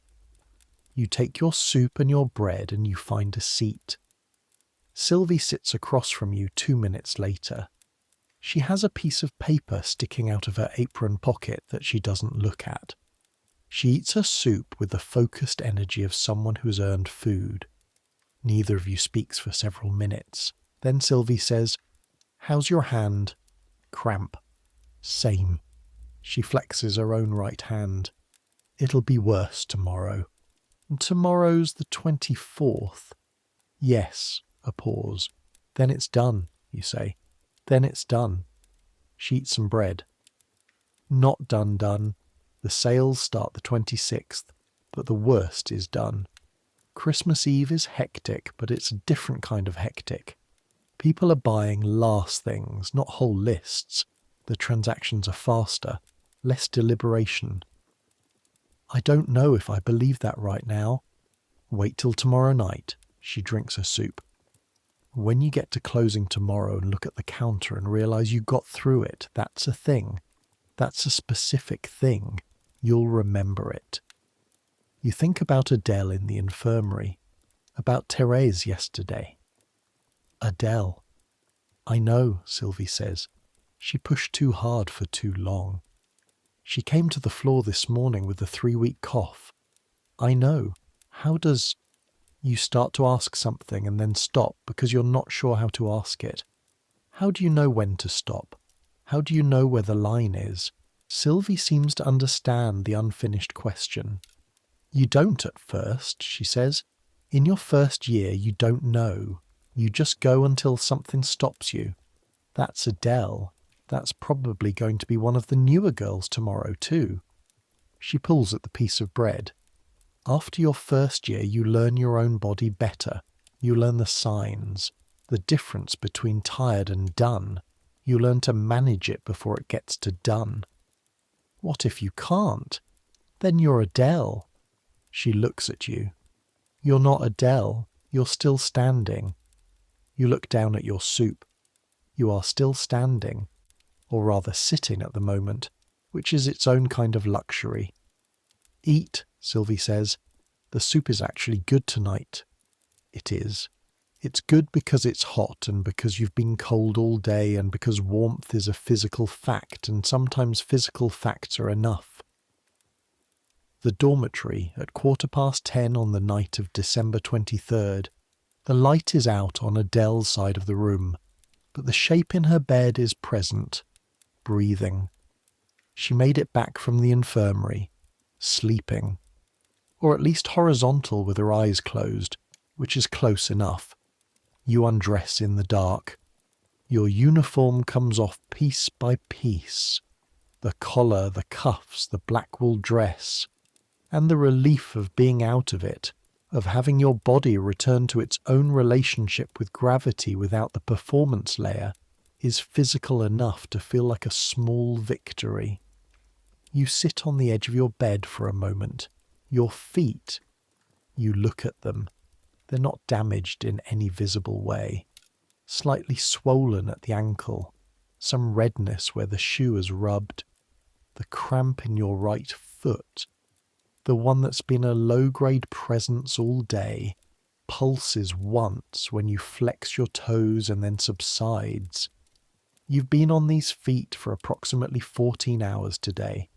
You'll be on them again in 7 hours and 30 minutes. You lie down. The cold of the dormitory presses in. The single iron stove has been stoked before lights out and is warm now, radiating heat into the near half of the room, not quite reaching you on the far side. You pull the blanket up. Your pillow smells like the dormitory, all 20 women in one room, and you notice this less than you did in April, which is either adaptation or surrender, and it doesn't matter which because the result is the same. The sounds of the building settle around you. 20 women breathing, some already asleep, some moving toward it, some lying in the particular stillness of people who are too tired to sleep and too exhausted to stay awake. From below, muffled by 5 floors of iron and stone, the sounds of the store at night, not loud. The cleaning crew making their rounds, the gas pipes contracting in the cold, the deep structural sound of a large building settling. The Bon Marché at night is a different kind of large. During the day, the large is populated, full, pressing outward in all directions with the energy of commerce and movement and 10,000 people. At night, the large is just space. Iron and glass and 5 floors of goods waiting to be bought, quietly present in the dark. You close your eyes and try to sleep. Your feet take a long time to stop reporting. They've been reporting all day, and habit is a powerful thing, and your nervous system apparently hasn't received the message that the shift is over. You flex and release them twice. The reporting decreases. Your right hand is still cramping slightly, a residual thing. You put it flat under the pillow, the warmth of it helping. Your back settles. Your mind is running through tomorrow, which is normal for this time of the evening in this week, the mind trying to plan, to prepare, to get ahead of the thing that it's already behind on. The ribbon inventory, the gold ribbon almost out. Need to check on the forest green, it was running low by afternoon. The woman who wanted the morning ribbon, did she get enough? She probably got enough. You let the inventory run and don't follow it too closely, because following it produces lists that produce more following. And at 10:15 in the evening of December 23rd, you've given this day as much of yourself as you have. There will be a Christmas Eve. You'll wake up, and there will be a Christmas Eve, and you'll get dressed in the cold, and you'll eat whatever you've managed to save, and you'll go down to the counter, and the store will open, and the customers will come. But that's tomorrow. Right now there's just this. The cold room, the 20 women, the stove throwing its limited warmth, the sounds of a building that contains thousands of lives in its iron framework and goes on existing in the dark. You think about the boy who came to your counter for the princess ribbon, the gravity of his commission, the careful way he counted his money. You think about the woman with the mourning ribbon and the coins counted out exactly right. You think about Monsieur Vidal and the needle in his jacket pocket. 12 years of repairing things at the counter, quietly, and calling it the widow's allowance. You think about Celeste on the stairs at 5:50 in the morning, saying eat something in the voice of someone who has said it before and will say it again, about what 12 Christmas seasons cost and what they give back. You think about the tower, the lights of it in a clear December sky, visible from the dormitory window at the right angle, 300 meters of iron, the tallest thing in the world, standing 5 years old in the dark over a city that is still deciding how it feels about it. This is Paris in 1894. Not the Paris of the paintings, though the paintings exist and they're being made right now in studios and cafes and gardens, by men who will become famous and men who will not, all of them working in the specific quality of Parisian light that everyone says is different and that actually is different. A silvery, flat, honest light that makes colour look like colour and not like its own imitation. Not the Paris of the intellectuals and the grand café conversations. Not the Paris of the boulevards at noon, the well-dressed men and women making their stately progress between important appointments, the carriages, the flower sellers, the news vendors with their papers. This is the Paris of the dormitory and the canteen and the counter. The Paris of the women in black wool dresses who spend 13 hours on stone floors because the price is fixed on every item and someone has to be here to tell you what the price is. The Paris of cramps in right hands and arches that ache at 5 in the morning before the day has begun.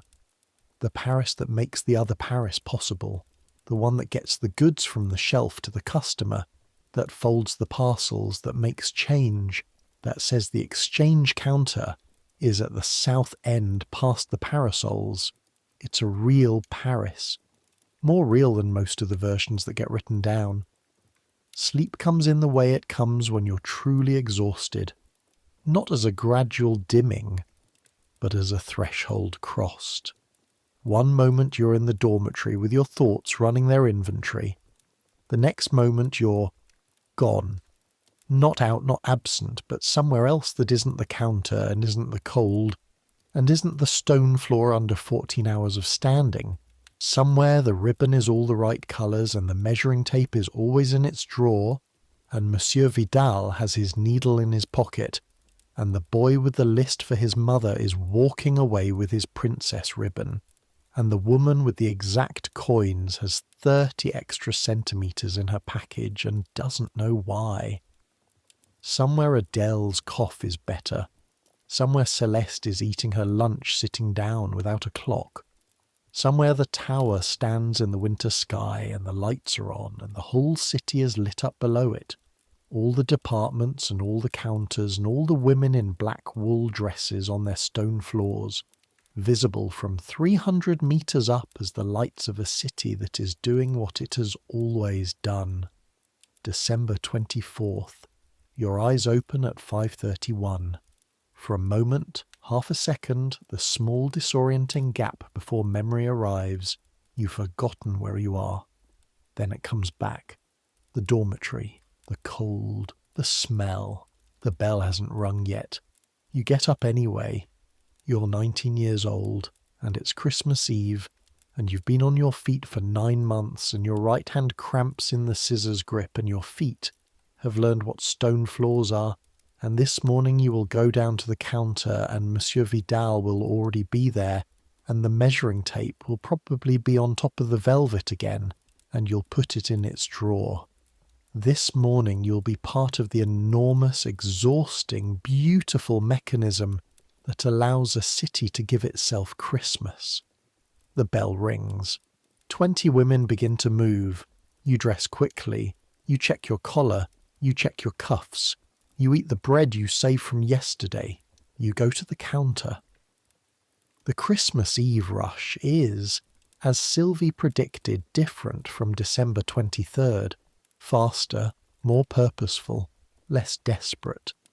Though desperation is still present in the form of the men, specifically, who've left everything to the last day. and who arrive with the particular contained panic of people doing final hour accounting. They buy quickly. They don't deliberate. They accept the first reasonable suggestion. They thank you with more sincerity than you've been thanked all week. At 9:30 in the morning, a man buys 12 meters of red velvet ribbon. The good kind, the wide kind, the kind you cut from the last roll of the season, and says, while you're wrapping it, "This is for my daughter's Christmas present. She's been asking for this colour for her room since summer." He's a man of about 50, ordinary looking, tired looking in the way that working people in December get tired. "She'll love it," you say. "She'd better," he says, but he's smiling. "I've been in 3 shops looking for the right red." You hand him his parcel. "The best red is always red velvet," you say. "Everything else is just an approximation." He looks at you for a moment, slightly surprised, as if a shopgirl has said something unexpectedly true. "Thank you," he says. "Merry Christmas," you say. You mean it. At 11 in the morning, a woman comes to the counter carrying a small child. The child is perhaps 2 years old, and is eating a brioche, and is watching the world with the profound, unconcerned interest of a person for whom everything is still new enough to be worth examining. The woman wants gold ribbon, a modest amount, 1 meter, for a gift wrap, the simplest possible transaction. While you're measuring it, the child reaches across the counter with his brioche hand and touches the edge of the velvet display case. You cut the ribbon. The child leaves a small, butter-pale handprint on the velvet case. The mother sees this and makes the face of someone about to produce an apology. "It's fine," you say, "truly." The woman pays. She leaves, carrying her child, who twists to look back at you from over her shoulder with his brioche and his handprint and his complete unconcern. You wipe the handprint off the velvet case with a cloth you keep under the counter for exactly this purpose. It comes off cleanly. You put the cloth back. You look at where the handprint was, clean now, as if it never happened.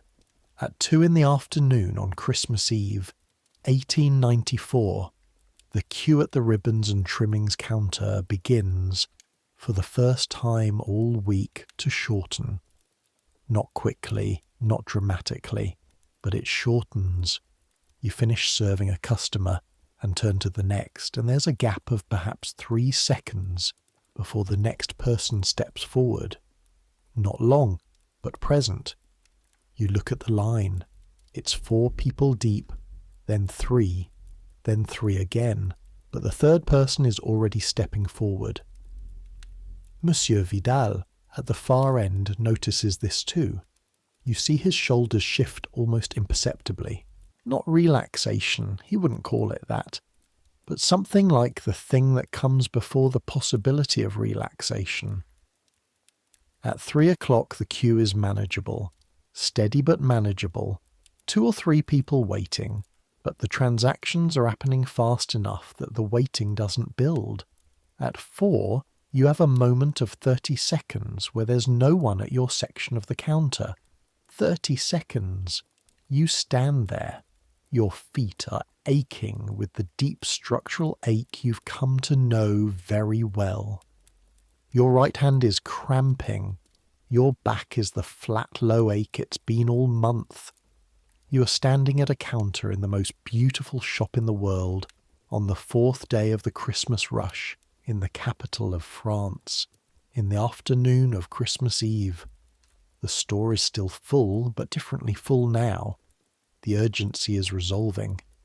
Around you the sound is dropping slightly. Not to quiet, never to quiet in this building, but as something with space in it. People are finding their last items, making their last decisions, heading for the doors with their green velvet bags. The lights in the main atrium, the gas fixtures on all 5 floors are fully lit, and in the late afternoon of December they cast the hall in a gold that is, honestly, appropriate to the season. Everything looks like what it is, a hall of good things lit up in the dark of winter, available to anyone who can afford to come through the door. You put your hands on the counter. The velvet of the display case is slightly warm from the proximity of all the customers who have touched it today, leaned over it, pressed their faces toward the expensive trims in the locked case below. Your hands are warm too, or at least the right hand is, the one that's been holding the scissors, and you spread both palms flat on the velvet for a moment, feeling the texture of it. Soft, dense. The nap of it running in one direction, smooth if you go with it, resistant if you go against. Good velvet, real velvet. At 6 p.m, Monsieur Vidal stops at the centre of the counter. The last customers of Christmas Eve are filtering toward the exits. In 20 minutes the doors will close. The store will do its evening business of restoring itself. He stands there for a moment, looking at the shelves. Then he turns to you and Sylvie and Victorine. Good, he says. That's it. Just good. But the way he says it, the particular weight he puts in the word. 16 years of knowing what this season costs, and he says good in the voice of someone who means it. Victorine nods. Sylvie nods. You nod. Monsieur Vidal turns back to the shelves. He picks up the measuring tape from where it's sitting, on top of the velvet where you forgot to put it away in the last transaction, and he puts it in its drawer without comment. The evening restoration of the counter takes 50 minutes on Christmas Eve. The gold ribbon is completely out. You note this in the restocking log. Forest green is low. The white satins are down to 3 spools each. The red velvet, which you cut the last of this morning, is marked as empty. You make the notes. You restore what can be restored. You straighten the things that need straightening. The store around you is quieting down by degrees. The last customers are long gone. The cleaning crew begins their rounds on the ground floor. The sounds that reach you from the main atrium are smaller, more domestic. The sounds of a place being cared for by the people who know it best. At 8:45, Monsieur Vidal closes the register. Go, he says. You go. In the canteen on Christmas Eve, the soup is different. Someone, you never find out who, has put candles on the tables. Just a few, not all of them, but enough that the long basement room looks different from its usual self. Warmer, less institutional. The soup is cream of leek. With a bread that is better than the usual bread. Still the store's bread, but fresh. Around you, the canteen fills with the Christmas Eve shift of tired people. Celeste is there. She has a glass of wine, which is unusual. The canteen doesn't normally offer wine at supper, but on Christmas Eve apparently something is different. Well, she says when you sit down. Well, you say. She looks at you with a particular look that Celeste has, assessing, not unkind, the look of someone who's been watching to see if you'd manage. First season, she says. Yes. How was it? You think about this, about all the specific ways to answer it.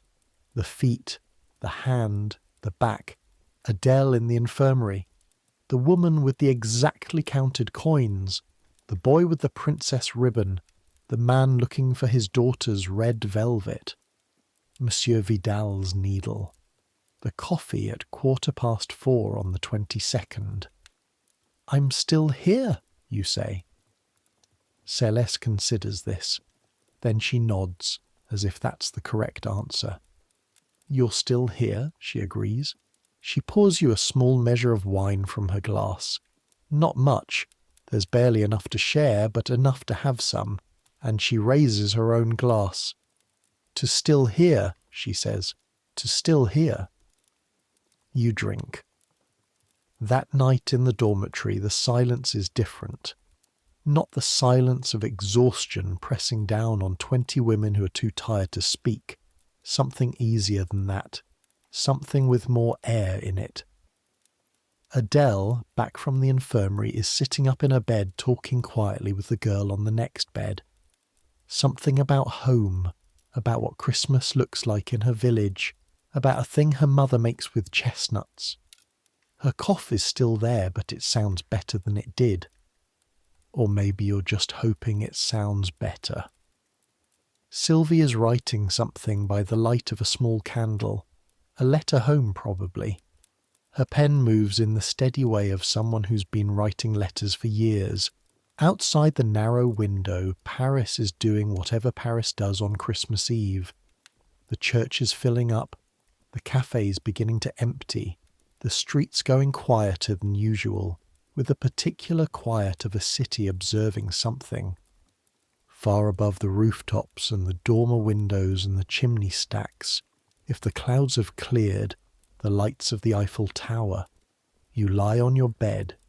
Your feet feel like themselves again, battered and sore, but themselves, actual feet, recognizable, with specific aches in specific places rather than the generalized numb condition of the working day.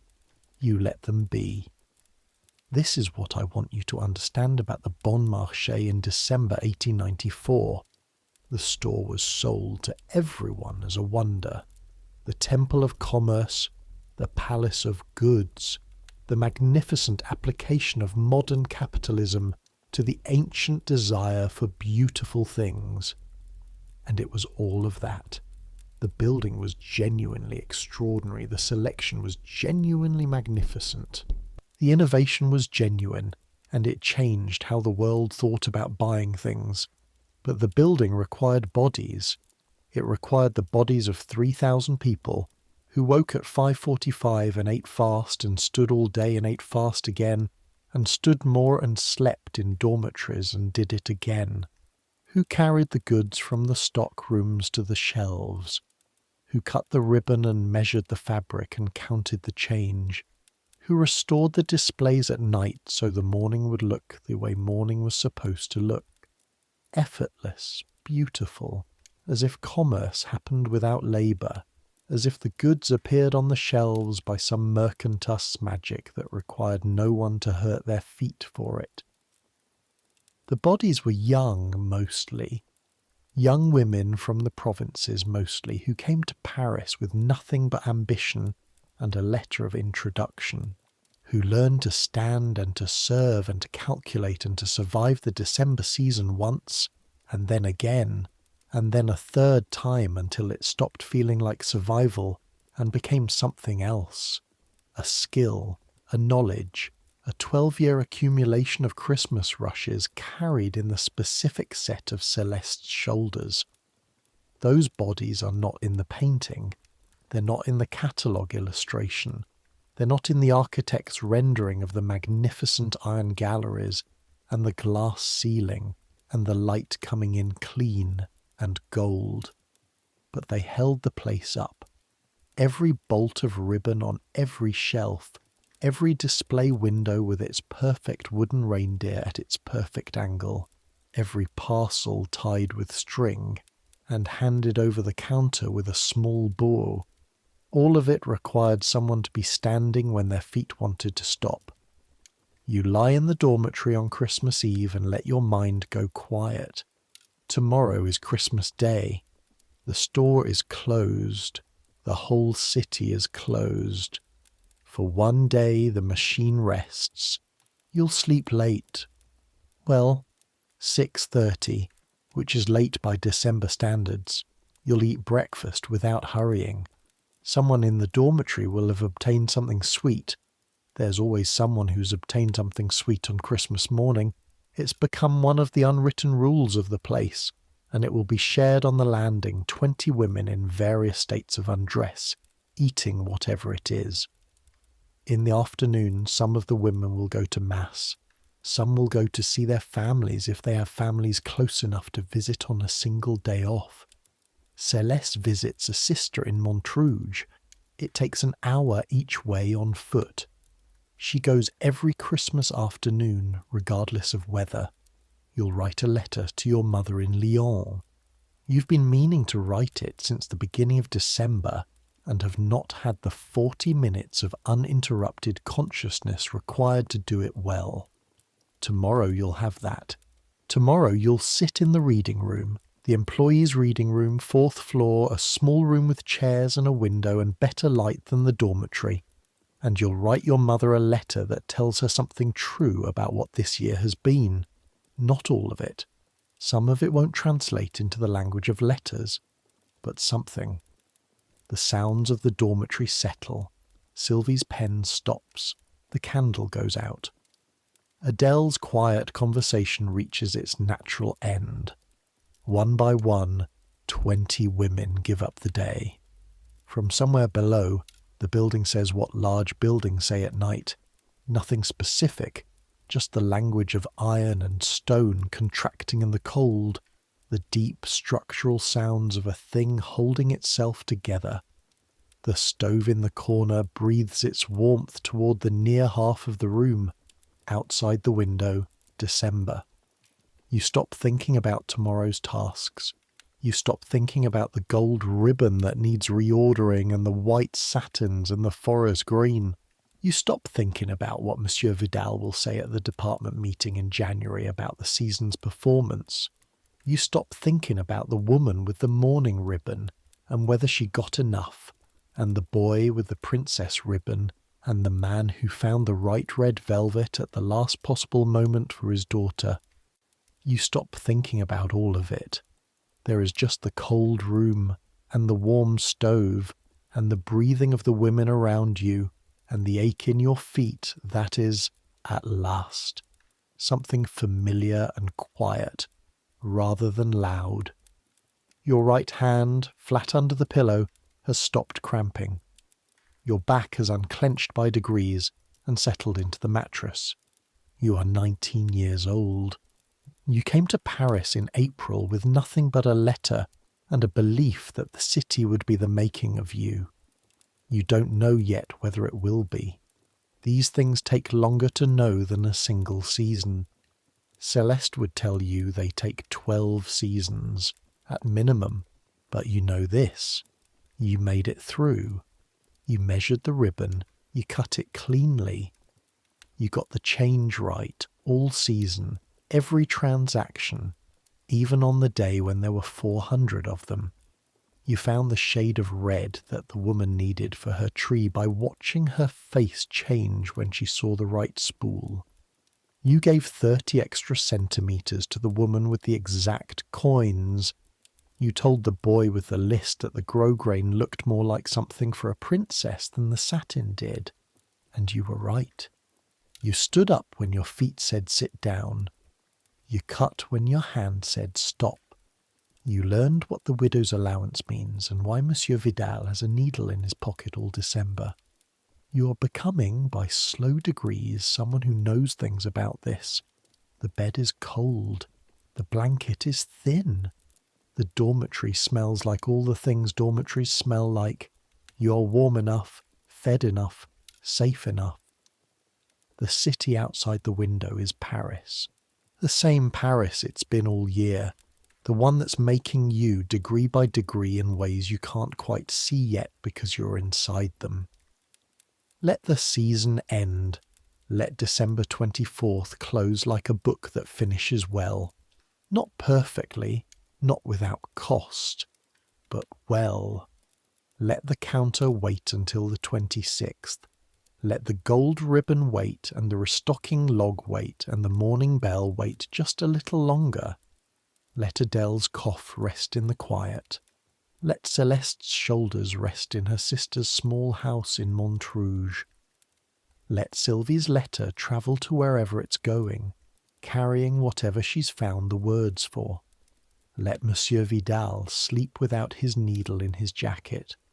Let the tower stand in the dark over Paris with its lights on, visible from the window at the right angle, 300 meters of iron over a city that knows how to make beautiful things and knows the cost of beauty, a city that has not yet decided how it feels about the tower but that keeps its lights burning anyway. Tomorrow will come with its Christmas morning sounds, Tomorrow will be rest. But tonight is this. The quiet after the season's loudest week. The silence of 20 women who made it through. The deep, earned, necessary silence of a building that has been full for weeks and is for one night just itself. The measuring tape is in its drawer. The ribbon is on its shelves. The candles are out. Close your eyes. You are warm enough, still enough, here enough. You have a roof over your head and work that matters and people who are counting on you to show up again in 2 days and do it all again. That's more than a lot of people have. That's more than most. That's enough. The sounds of the city fade, or maybe you're just listening less. The boundary between waking and sleeping starts to blur, the way it does when you're truly exhausted, when your body has decided that consciousness is no longer required. Somewhere out there, Paris continues, the night watchmen walk their rounds. The church bells mark the hours on Christmas Eve, one city speaking to itself in the language of bells. The tower stands over all of it with its electric lights burning in the dark. 5 years old, still new enough to be a wonder, old enough to be trusted. Ships are moving somewhere down the sea and toward the sea. Somewhere a woman in Brittany has this year's Bon Marché catalogue open on her table, looking at the coloured plates by lamplight, running her finger across the illustrations of ribbon in 50 colours. She doesn't know you. She'll never know you. But the ribbon you measured, in the colour she chose, will arrive at her door in 3 weeks. This is how the machine works. And you, Marguerite Aubert, 19 years old, girl from Lyon, first season, still here, you sink into the darkness. Tomorrow will come soon enough. The bell will ring. You'll get up. The work will continue. But for now, there's just this. The softness of sleep reaching up to claim you. The quiet of the attic room. The steady breathing of the women beside you. The distant heartbeat of a city that never quite stops. Let it come. Let sleep take you the way it takes everyone at the end of a long December. Completely, gratefully, without argument. Let the world fade. Let the noise quiet. Let your thoughts slow and soften and finally stop. You have earned this rest. Centuries will pass. The Paris you know will change beyond recognition. The Bon Marché will be rebuilt and expanded and rebuilt again. The gaslights will be replaced by electric ones. The iron staircases that clang and echo with every step. They'll be carpeted eventually. The dormitories on the upper floors will become something else entirely, once the laws change and once women are no longer expected to live inside the places that employ them. The tower will stop being controversial and start being Paris itself. The Rue de Sèvres will be quieter, or busier, or both, depending on the century you're standing in. But people will still come here, still buy Christmas here. Still stand in lines outside, breathing clouds into December air, waiting for the doors to open. And somewhere in the building, someone with cold hands and tired feet will be measuring ribbon. Same as always. Some things don't change. The need to give something beautiful to someone you love at the end of the year, that doesn't change. The need for rest at the end of a long day, that doesn't change either. So let it come. Good night.